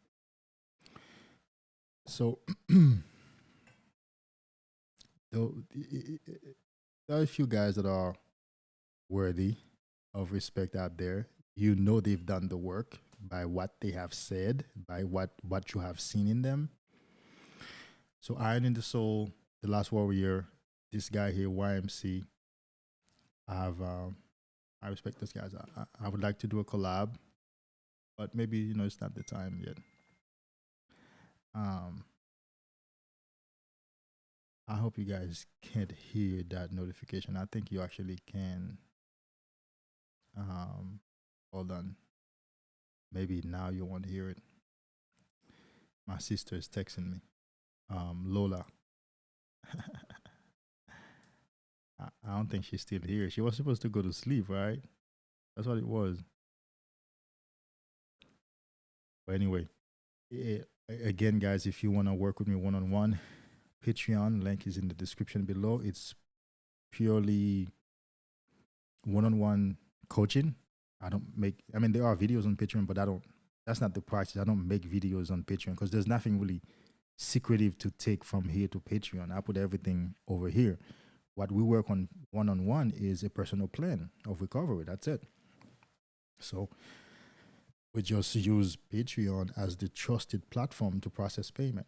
Sometimes after a client has been on Patreon for several months, they're like, let me get off Patreon. Let me do a Cash App or PayPal. And then they do that.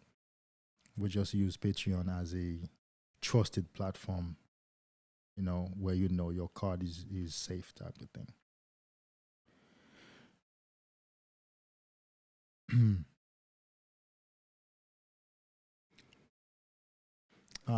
Yeah, so ambition matters.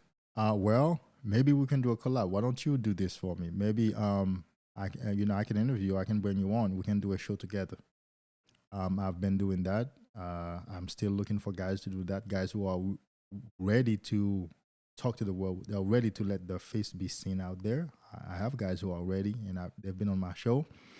So we can do that. We can start with that, right? If you're ready to be on camera, let the guys see you and hear your voice, and share your knowledge, share your experience. Let's do it. Let's start with that. Manssuperpower@gmail.com. is the email address. Shoot me an email, and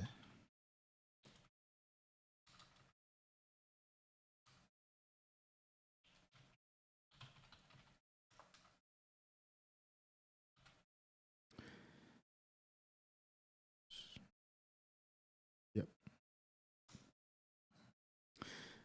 manssuperpower@gmail.com.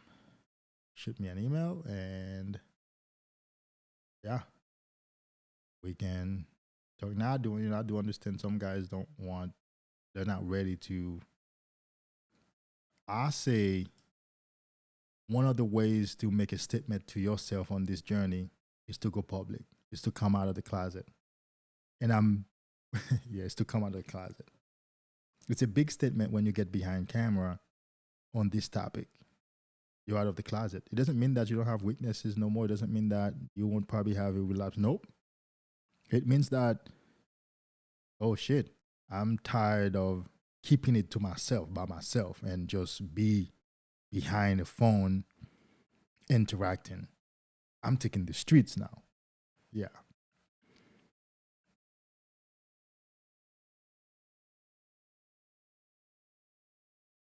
So I learned some things this week that I was able to apply. If you see, my camera looks cleaner and clearer. The colors pop more. Yeah, so I've learned some things. Yeah. And I love it. Progress. That's what it is, progress.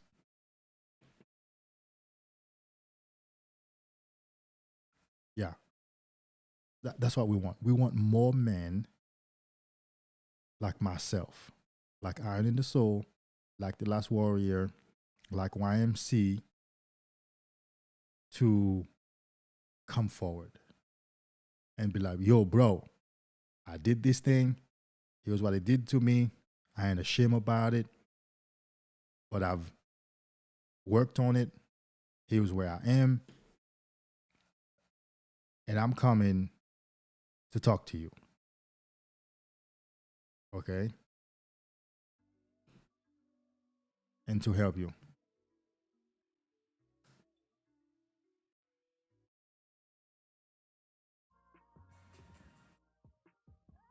Somebody special is calling. Babe, how you doing?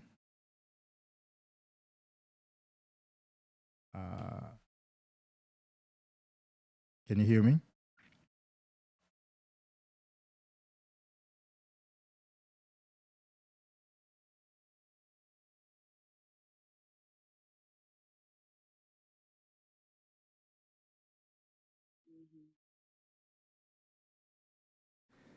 Can you hear me now?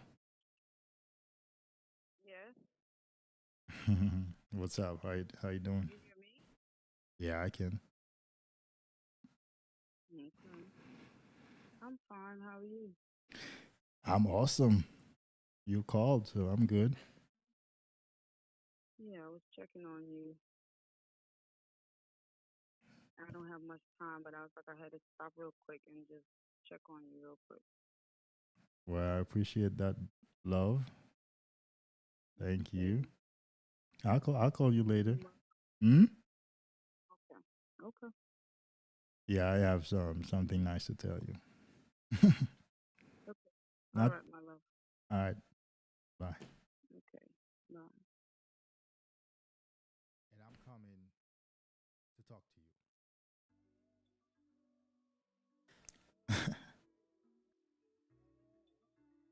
She called to do what? To check on me.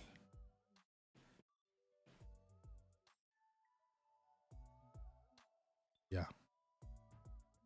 And that's necessary for where I am right now. When I was first recovering, I didn't need no woman to call, to be in a relationship to call me and check on me, because I was unstable. I didn't know where I was. I'm making a point about make the journey yours. But right now, this works for me. Okay? Because I'm more stable. I can receive the love, the treatment,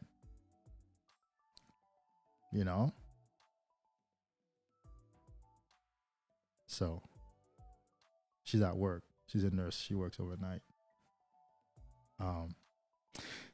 Anyway, what were we saying? Yeah, I was saying we need more guys. I don't know if you realize that some guys in the manosphere can't talk about nofap and semen retention. When they talk about nofap and semen retention, they don't really say anything because maybe themselves they weren't addicted. I've heard Soul Immortal Minds talk about nofap and of course semen retention. He has practice. You can clearly see semen retention in the guy, of course, because we've been following him for years. You can see it in him. There's no doubt. If you don't think this guy is retaining, then think again. But you can tell that's not the guy that was addicted to fapping, because he's talked about it, but he's talked about it in terms of general term, like this thing is wasting your time. Don't put your energy towards it. He's not gonna say stuff that I would say or you would say. For example, ambition matters, because you've had first-hand experience with it, first-person experience with it. So we need more guys like me and you, like Boss at Home, to come out. Guys who can speak, guys who understand, guys who can present a subject, who can present a topic and break it down, who can answer questions, to come out and speak.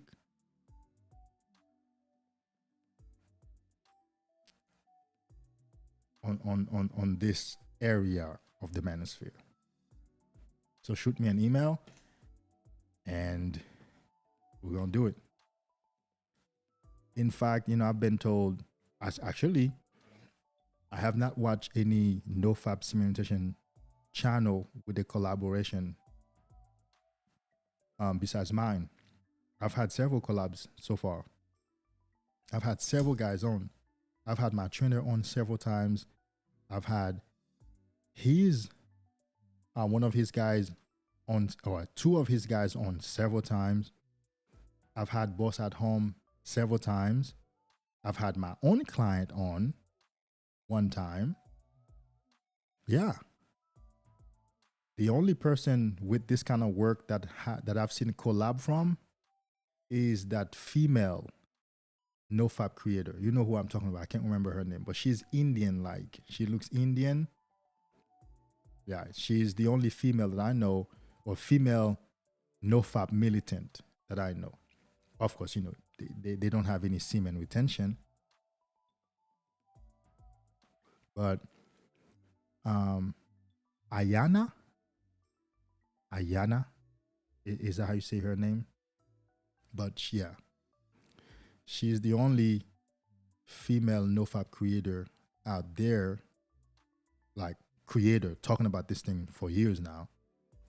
She has had collaborations. Well, last time I was on her page, on her live, I saw a collab. But I've been doing collabs since last year. I've been bringing guests on since last year to talk about this. I haven't seen other guys do it because they probably prefer flying solo. I don't prefer flying solo. I have a different energy when I'm interviewing a guy. I have a different energy when I'm interacting with a guy. And if you look at the way I do my lives, they're really interactions. Every comment here is an interaction, right? I'm interacting with you through the comments versus, or whereas another creator just reads the comment, give you an answer, and go back to his own whatever he's discussing. But I'm interacting with you through your comments. I get to know your name. Next time you show up, I'm like, welcome back. You've been here before. I know you, type of thing, right? That's part of my strength. So no way do I want to be a solo creator.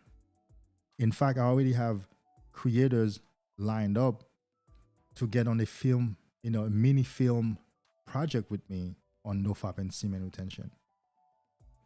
I'm writing the script of our journey. Ambition Matters you might be one of them if you're willing. Just, send you your part of the script. You get your phone, we record the videos, different parts, and I do the editing, and later on the project comes out. And it's on your channel, it's on mine, it's on every guy's channel. That's one of my ideas. That's one of my projects in conception stage, in infancy stage. Because we need more men to come out. Ahana. America, you're everywhere. You know all the pretty girls, bro.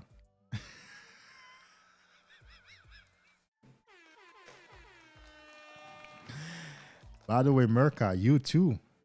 America has done a lot of graphics for me.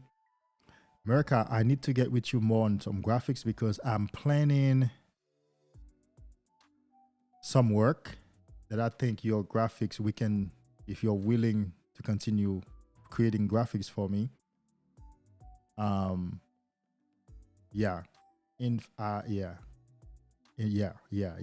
So I'll shoot you an email, and so we can start the email thread. Yeah. America knows all the pretty girls. America, I need to bring you on. Tell me, man, are you willing to come on camera, bro? You know a lot. You've been on this journey. Yeah. That's if you're willing to take it to the streets. You know all the pretty girls. You know the busty girls, the busty babes. You surprised me with that, America. I should know better. This is a channel on fapping and semen retention. I should know better. I should know that. Of course, these guys, they know stuff. They know stuff that I know. And of course, that's why I'm laughing, right? Because we go for the busty babes. I guess at times when I'm doing this work, I forget that I thought I had it worse. I thought I was the one with the most, with the craziest whatever. I think I do. And I think I need to wake up to the fact that no, these guys you're talking to, bro, are just like the way you were. You didn't have it worse. You didn't do worse. You didn't like things that they don't like or do things that they don't do. No. they like the best busty babes just like you. They go and type that shit in just like you. And make sure, go through the browsing list. Go through and make sure that's the one like oh no, this shit doesn't look busty enough now. Make sure the guys are doing the same thing you used to do, bro. I think at times I give you guys benefit of doubt that you don't have it as bad. You didn't do it as bad. Yeah. And so, fellas, I appreciate you for being here. But before you go, how many of you are here? 9. If you haven't watched my part 1 of my PMO documentary, it's only 5 minutes. Well, it's only 6 minutes. Let's watch it together for you who are new, and you can get to know how I started on this journey.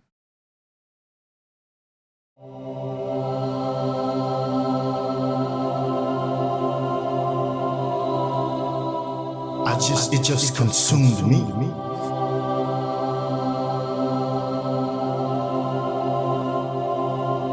It just consumed me.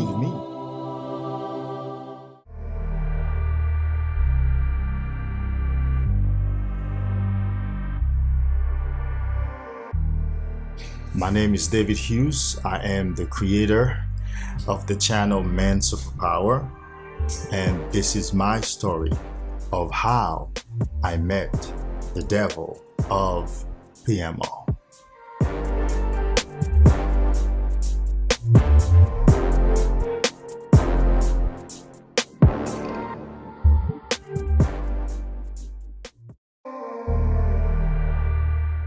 God needs to be reawakened within man. He was born with power and wisdom. With a powerful spirit infused no one. But his uncontrolled desire for pleasure got the best of him.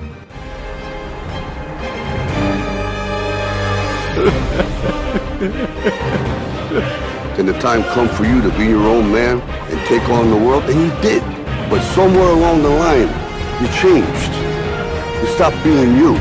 You let people stick a finger in your face and tell you you're no good.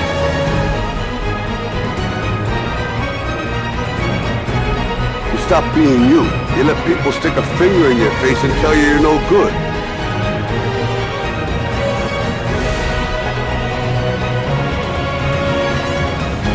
You changed. But I'm the best ever.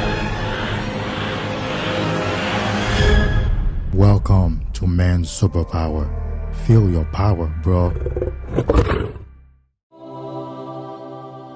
Looking back, I must have been 13 or 14 when that gentleman handed me that Playboy magazine. All I can remember is my world changed.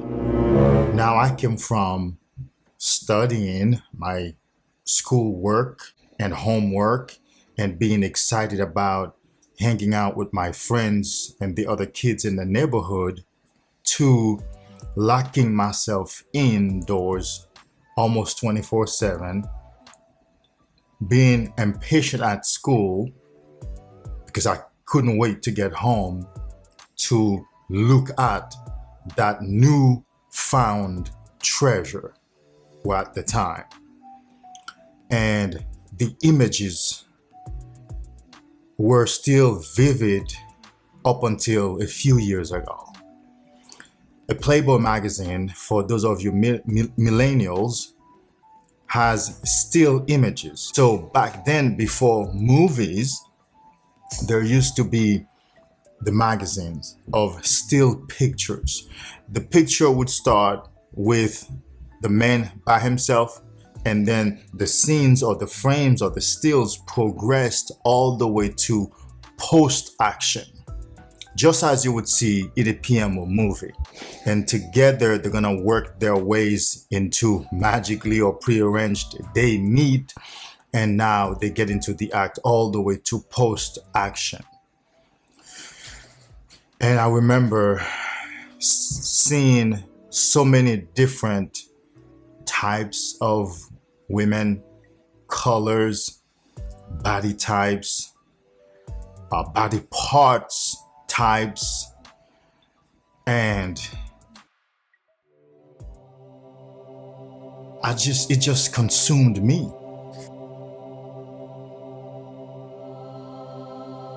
It just consumed me. It became the thing that I now do. Of course, my school performance plummeted. My attitude with my family members and friends changed because I now had this secretive friend. This friend that I'm now interacting with. I began to develop this, what we know now as a false intimacy. It just consumed me.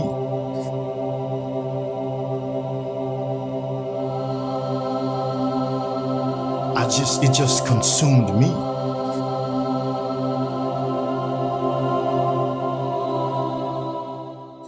That became my friend, or was it?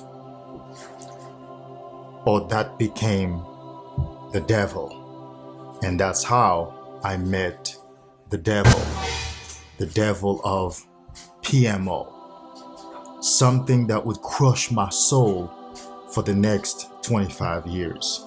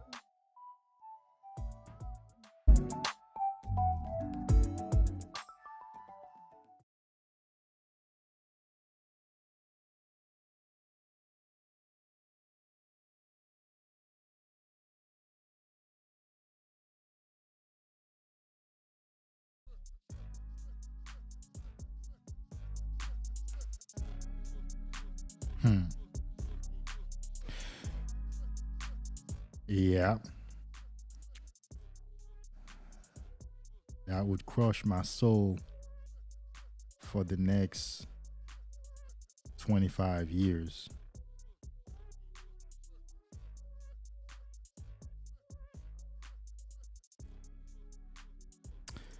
A simple magazine given to me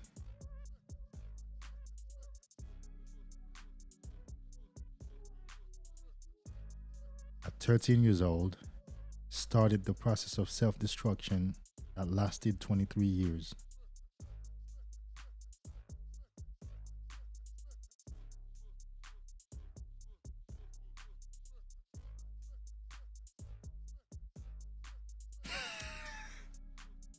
I'm still up, bro. Shit, I have another 1 or 2 hours to watch videos on tutorials on either filmmaking or I now have Final Cut Pro. You know, I'm learning to use it to edit videos, and because I'm into filmmaking, man. I have stories to tell, bro. You see that little documentary, I would like to throw some other guys in it. You know, and this is nothing. This is using iMovie, which is very limited. I didn't even write a script for it. I just go off my thoughts. And the B-rolls are free out there. There's no special B-rolls from Envato Elements or any other, you know, and they weren't even really carefully selected. It was just selected somewhat carefully, but not, you know, I'm saying I didn't even put major thought and preparation into that thing. Part 2 is already shot. It's in editing process right now.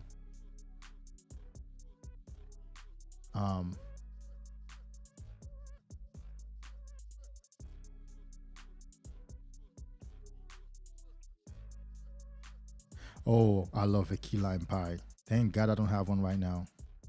Thank God I don't have one right now. I would eat the whole thing. Oh my God, I think you just poisoned my mind. I think you're sending me to Publix tomorrow for a key lime pie. Well, today.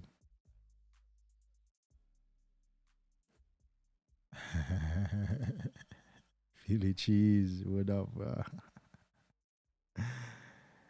Yo, I think you're sending me to Publix in the morning for a key lime pie. I love a key lime pie, bro. I love a mango key lime pie.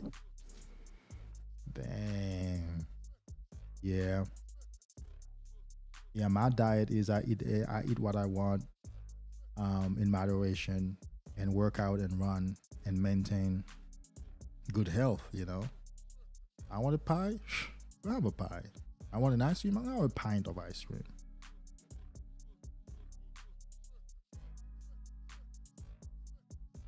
Appreciate it, bro. This is the kind of work that I wish I can do with other creators. Imagine if those 6 minutes involved 2 other creators.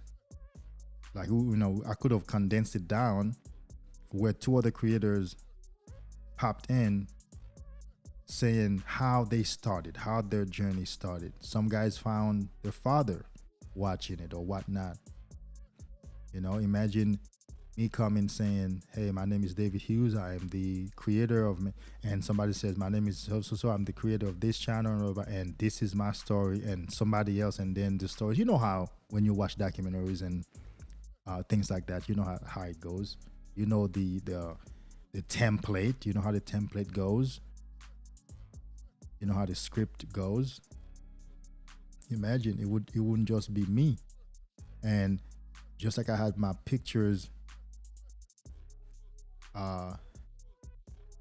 at the end, I think the pictures is what really sells the documentary. It sells it to me each time. You better believe I stay watching my stuff, you know.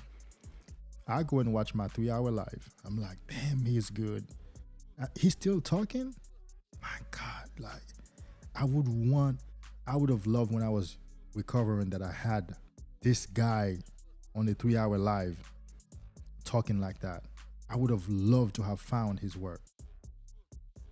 I plug my shit and start listening, bro. And I'm like, damn. And I'm like, his sound is good too. His audio is good. His video is changing. His setup is changing. His lighting is changing. He's learning. I could see the growth. His presentation is changing. His pronunciation, his intonation, his style has been changing. I could see the growth in me by watching my own videos.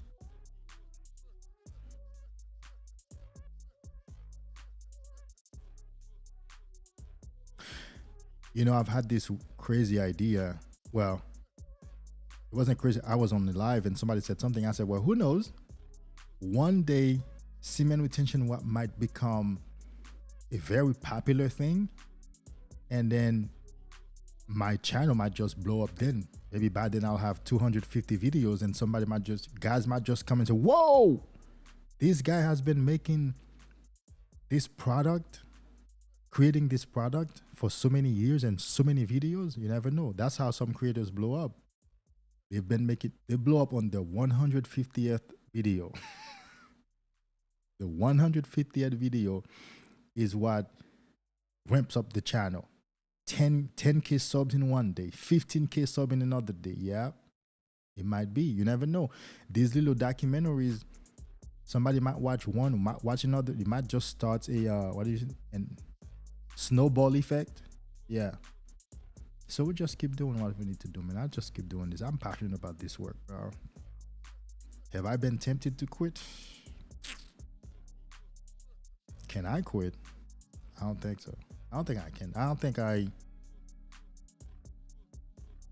can stop, because this is part of my life, bro. Semen retention is part of my life. No fap is part of my life. It better be part of my life.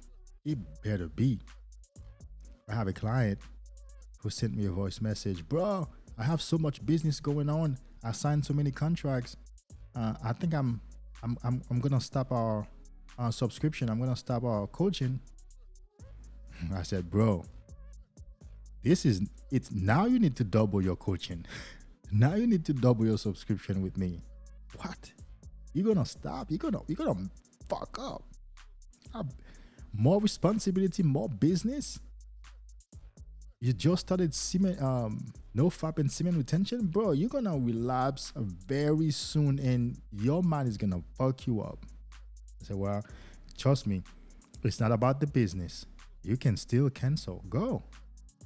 But I'm telling you, what has happened is you're going to text me or call me a few weeks later and be like, bro, can I get back on with you? Do you have an available slot? Because shit is fucked up out here. I've lost my contract. I've lost my job. Shit is not working, man. I haven't been retaining. Yeah. Like, come on in. Bring it in. Go ahead. Let's go. Make the payment. Let's continue. I'm here for you. That's what I'm here for. Let's do it. Because I know what's ahead. I know the pitfalls. The pitfalls are, one of the biggest pitfalls on this journey is you start having a lot of success. Things begin to go well for you and you think you have arrived. Oh yeah. Oh yeah, you know, I used to watch nofap content. You know, I'm good though. I'm good right now. I think things are going. I have business going. Work is good. Family is good. My energy is high. You know, I'm in the gym. I think I'm good though. I think if I need you, I'll come back to you. I think I'm good. No, you're not. But you know, you're free. I'm just letting you know. And so, having been through that several times by myself. Now, I have to stay immersed in this. It's part of my success. It's part of the best thing I have to offer a man. If I stop this work, yo, feel it, cheese. I don't have a morning, I don't have a night. My life is a 24 hour rolling experience. I sleep and wake up and work accordingly to, according to my life. I can go to bed at 6 to wake up at 12 or 2, or I can go to bed at 10 p.m. to wake up at 6 a.m. It depends. Now, it's only 2:30 EST where I am. If I go to bed by 4, I can still wake up at 10, 11. I need to run a 10K tomorrow. I have to run.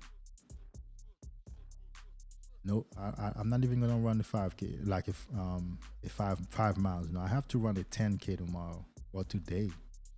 I have to put it in. I have to put that work in.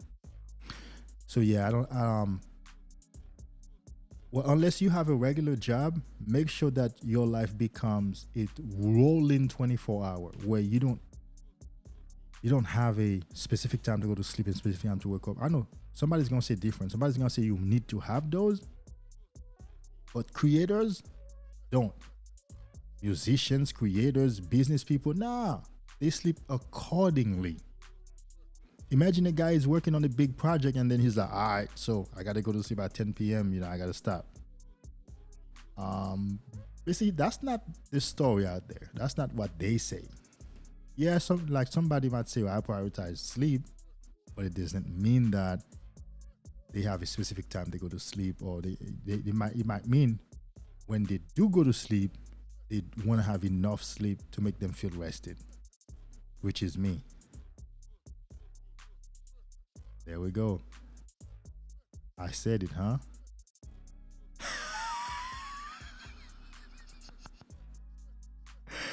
He pulled the entire computer plugs from the outlet and said, son, it was a virus. I've done that.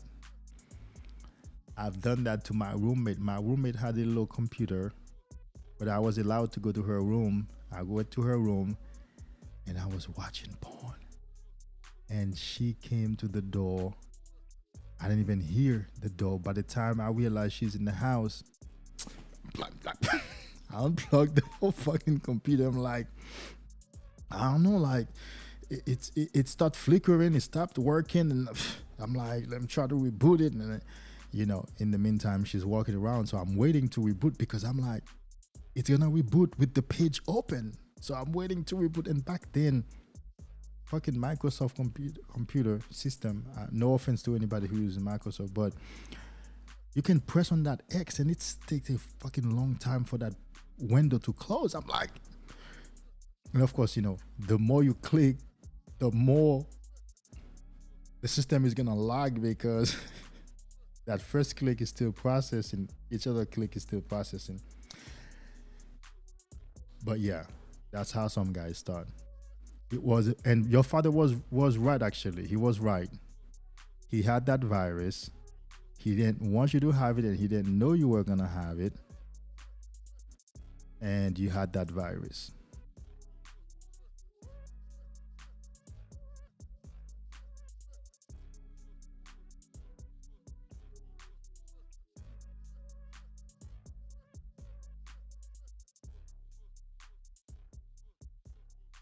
Fellas, let's do it. You are 11. Give me a few more likes. If you haven't liked the video, give me a few more likes. If you would like to help my work continue, send me a Cash App or send me a Super Chat right now. All that is fine. My Cash App is going down the screen right now. $ David Rich Forever. Or if you want to sign up with me, it's on the screen right now. Men Superpower on Patreon.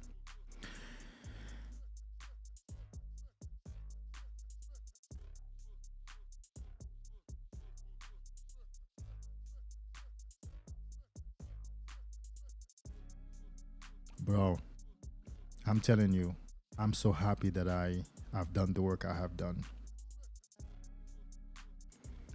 Because I always feared for my life. I always felt like I was one interaction with a female away from self-destruction, from total self-destruction. That's how I always felt. Up to the point I did this work, I always felt like I was one interaction with a female away from total self-annihilation. Because that was my weakness. I knew, like, I always felt like, of course, no longer now. I always felt I'm only one interaction with a female away from total self-annihilation. So imagine living without that being a concern anymore.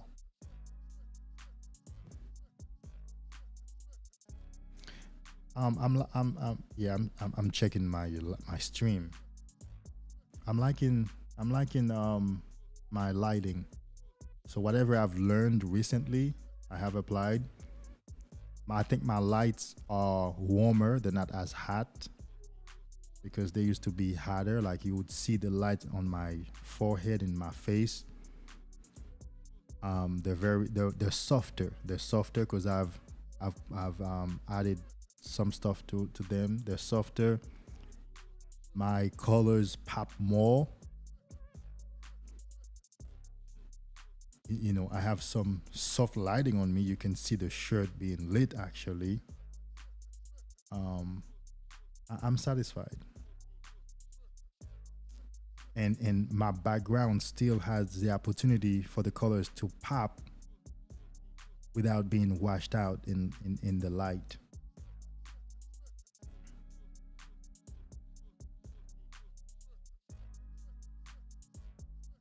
You know, you have to appreciate your progress. You have to appreciate what you're becoming. Little bit of progress that you're making. Because one time in the past, I had no idea what any of this was. I've learned all of this on YouTube, following along, and here I am.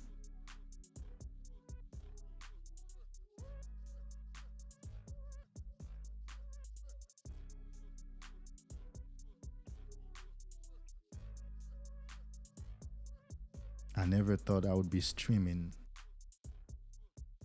in my life. I thought I'd be in some cubicle somewhere, behind in some office somewhere, because that's my path. That was my path. Anyway, guys, let's conclude. Let's remember the gist of this live was the real cost of PMO is not the money that you have spent or still spending on PMO. Be it Onlyfans subscriptions, dating apps subscriptions, or even paying for cam girls. The real financial cost of PMO is an opportunity cost. What else could you have done with that money, or what else could you be doing with your resources? And by resources, I mean time, attention, money. What else could you be doing that would give you a greater return? Like right now, I've been creating content and doing these lives. So I've been using my resources to create something that gives me a greater return. Now, the greater return is not necessarily financial yet right now, but it's definitely a good feeling of compliments that I have changed or helped change a man's life. And eventually, that might culminate into financial reward several ways.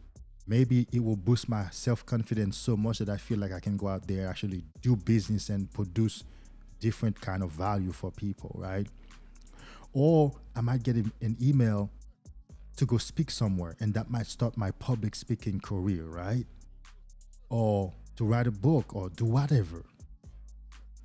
So the allocation of resources is the real cost of PMO. The business you denied, the business you did not look into, or you're not looking into right now. Ambition matters. The blog that got stopped, the book that started and never got finished up to this point, where it hasn't been finished up to this point. That's a better statement. That means there is hope that you can finish it. That's the real cost. You have money sitting somewhere in your brain or on a computer drive, or well, not, we don't have drives no more, but on a external drive or computer memory. If you have started typing it, right? Your domain name is out there or registered, but it's still there. It's not touching nobody. You're not making no money from it. That's the real cost, the real financial cost of PMOing. You are king. Remember, you are on the right path. You are on the right journey. The journey of self-discovery, the journey of self-love, the journey of self-empowerment. Stay on this journey. You've always heard it from me. I always say it. There's not a better journey than this journey. You simply can't find a better journey than this journey. So don't doubt the journey. Don't doubt yourself. You are on the right journey. You are on the right path. Stay on the journey. Until next time, much love. Namaste. Stay strong. Stay powerful. You are kings. Stay in your kingdom. You are on the right path. You are on the right journey. The journey of self-discovery. The journey of self-love.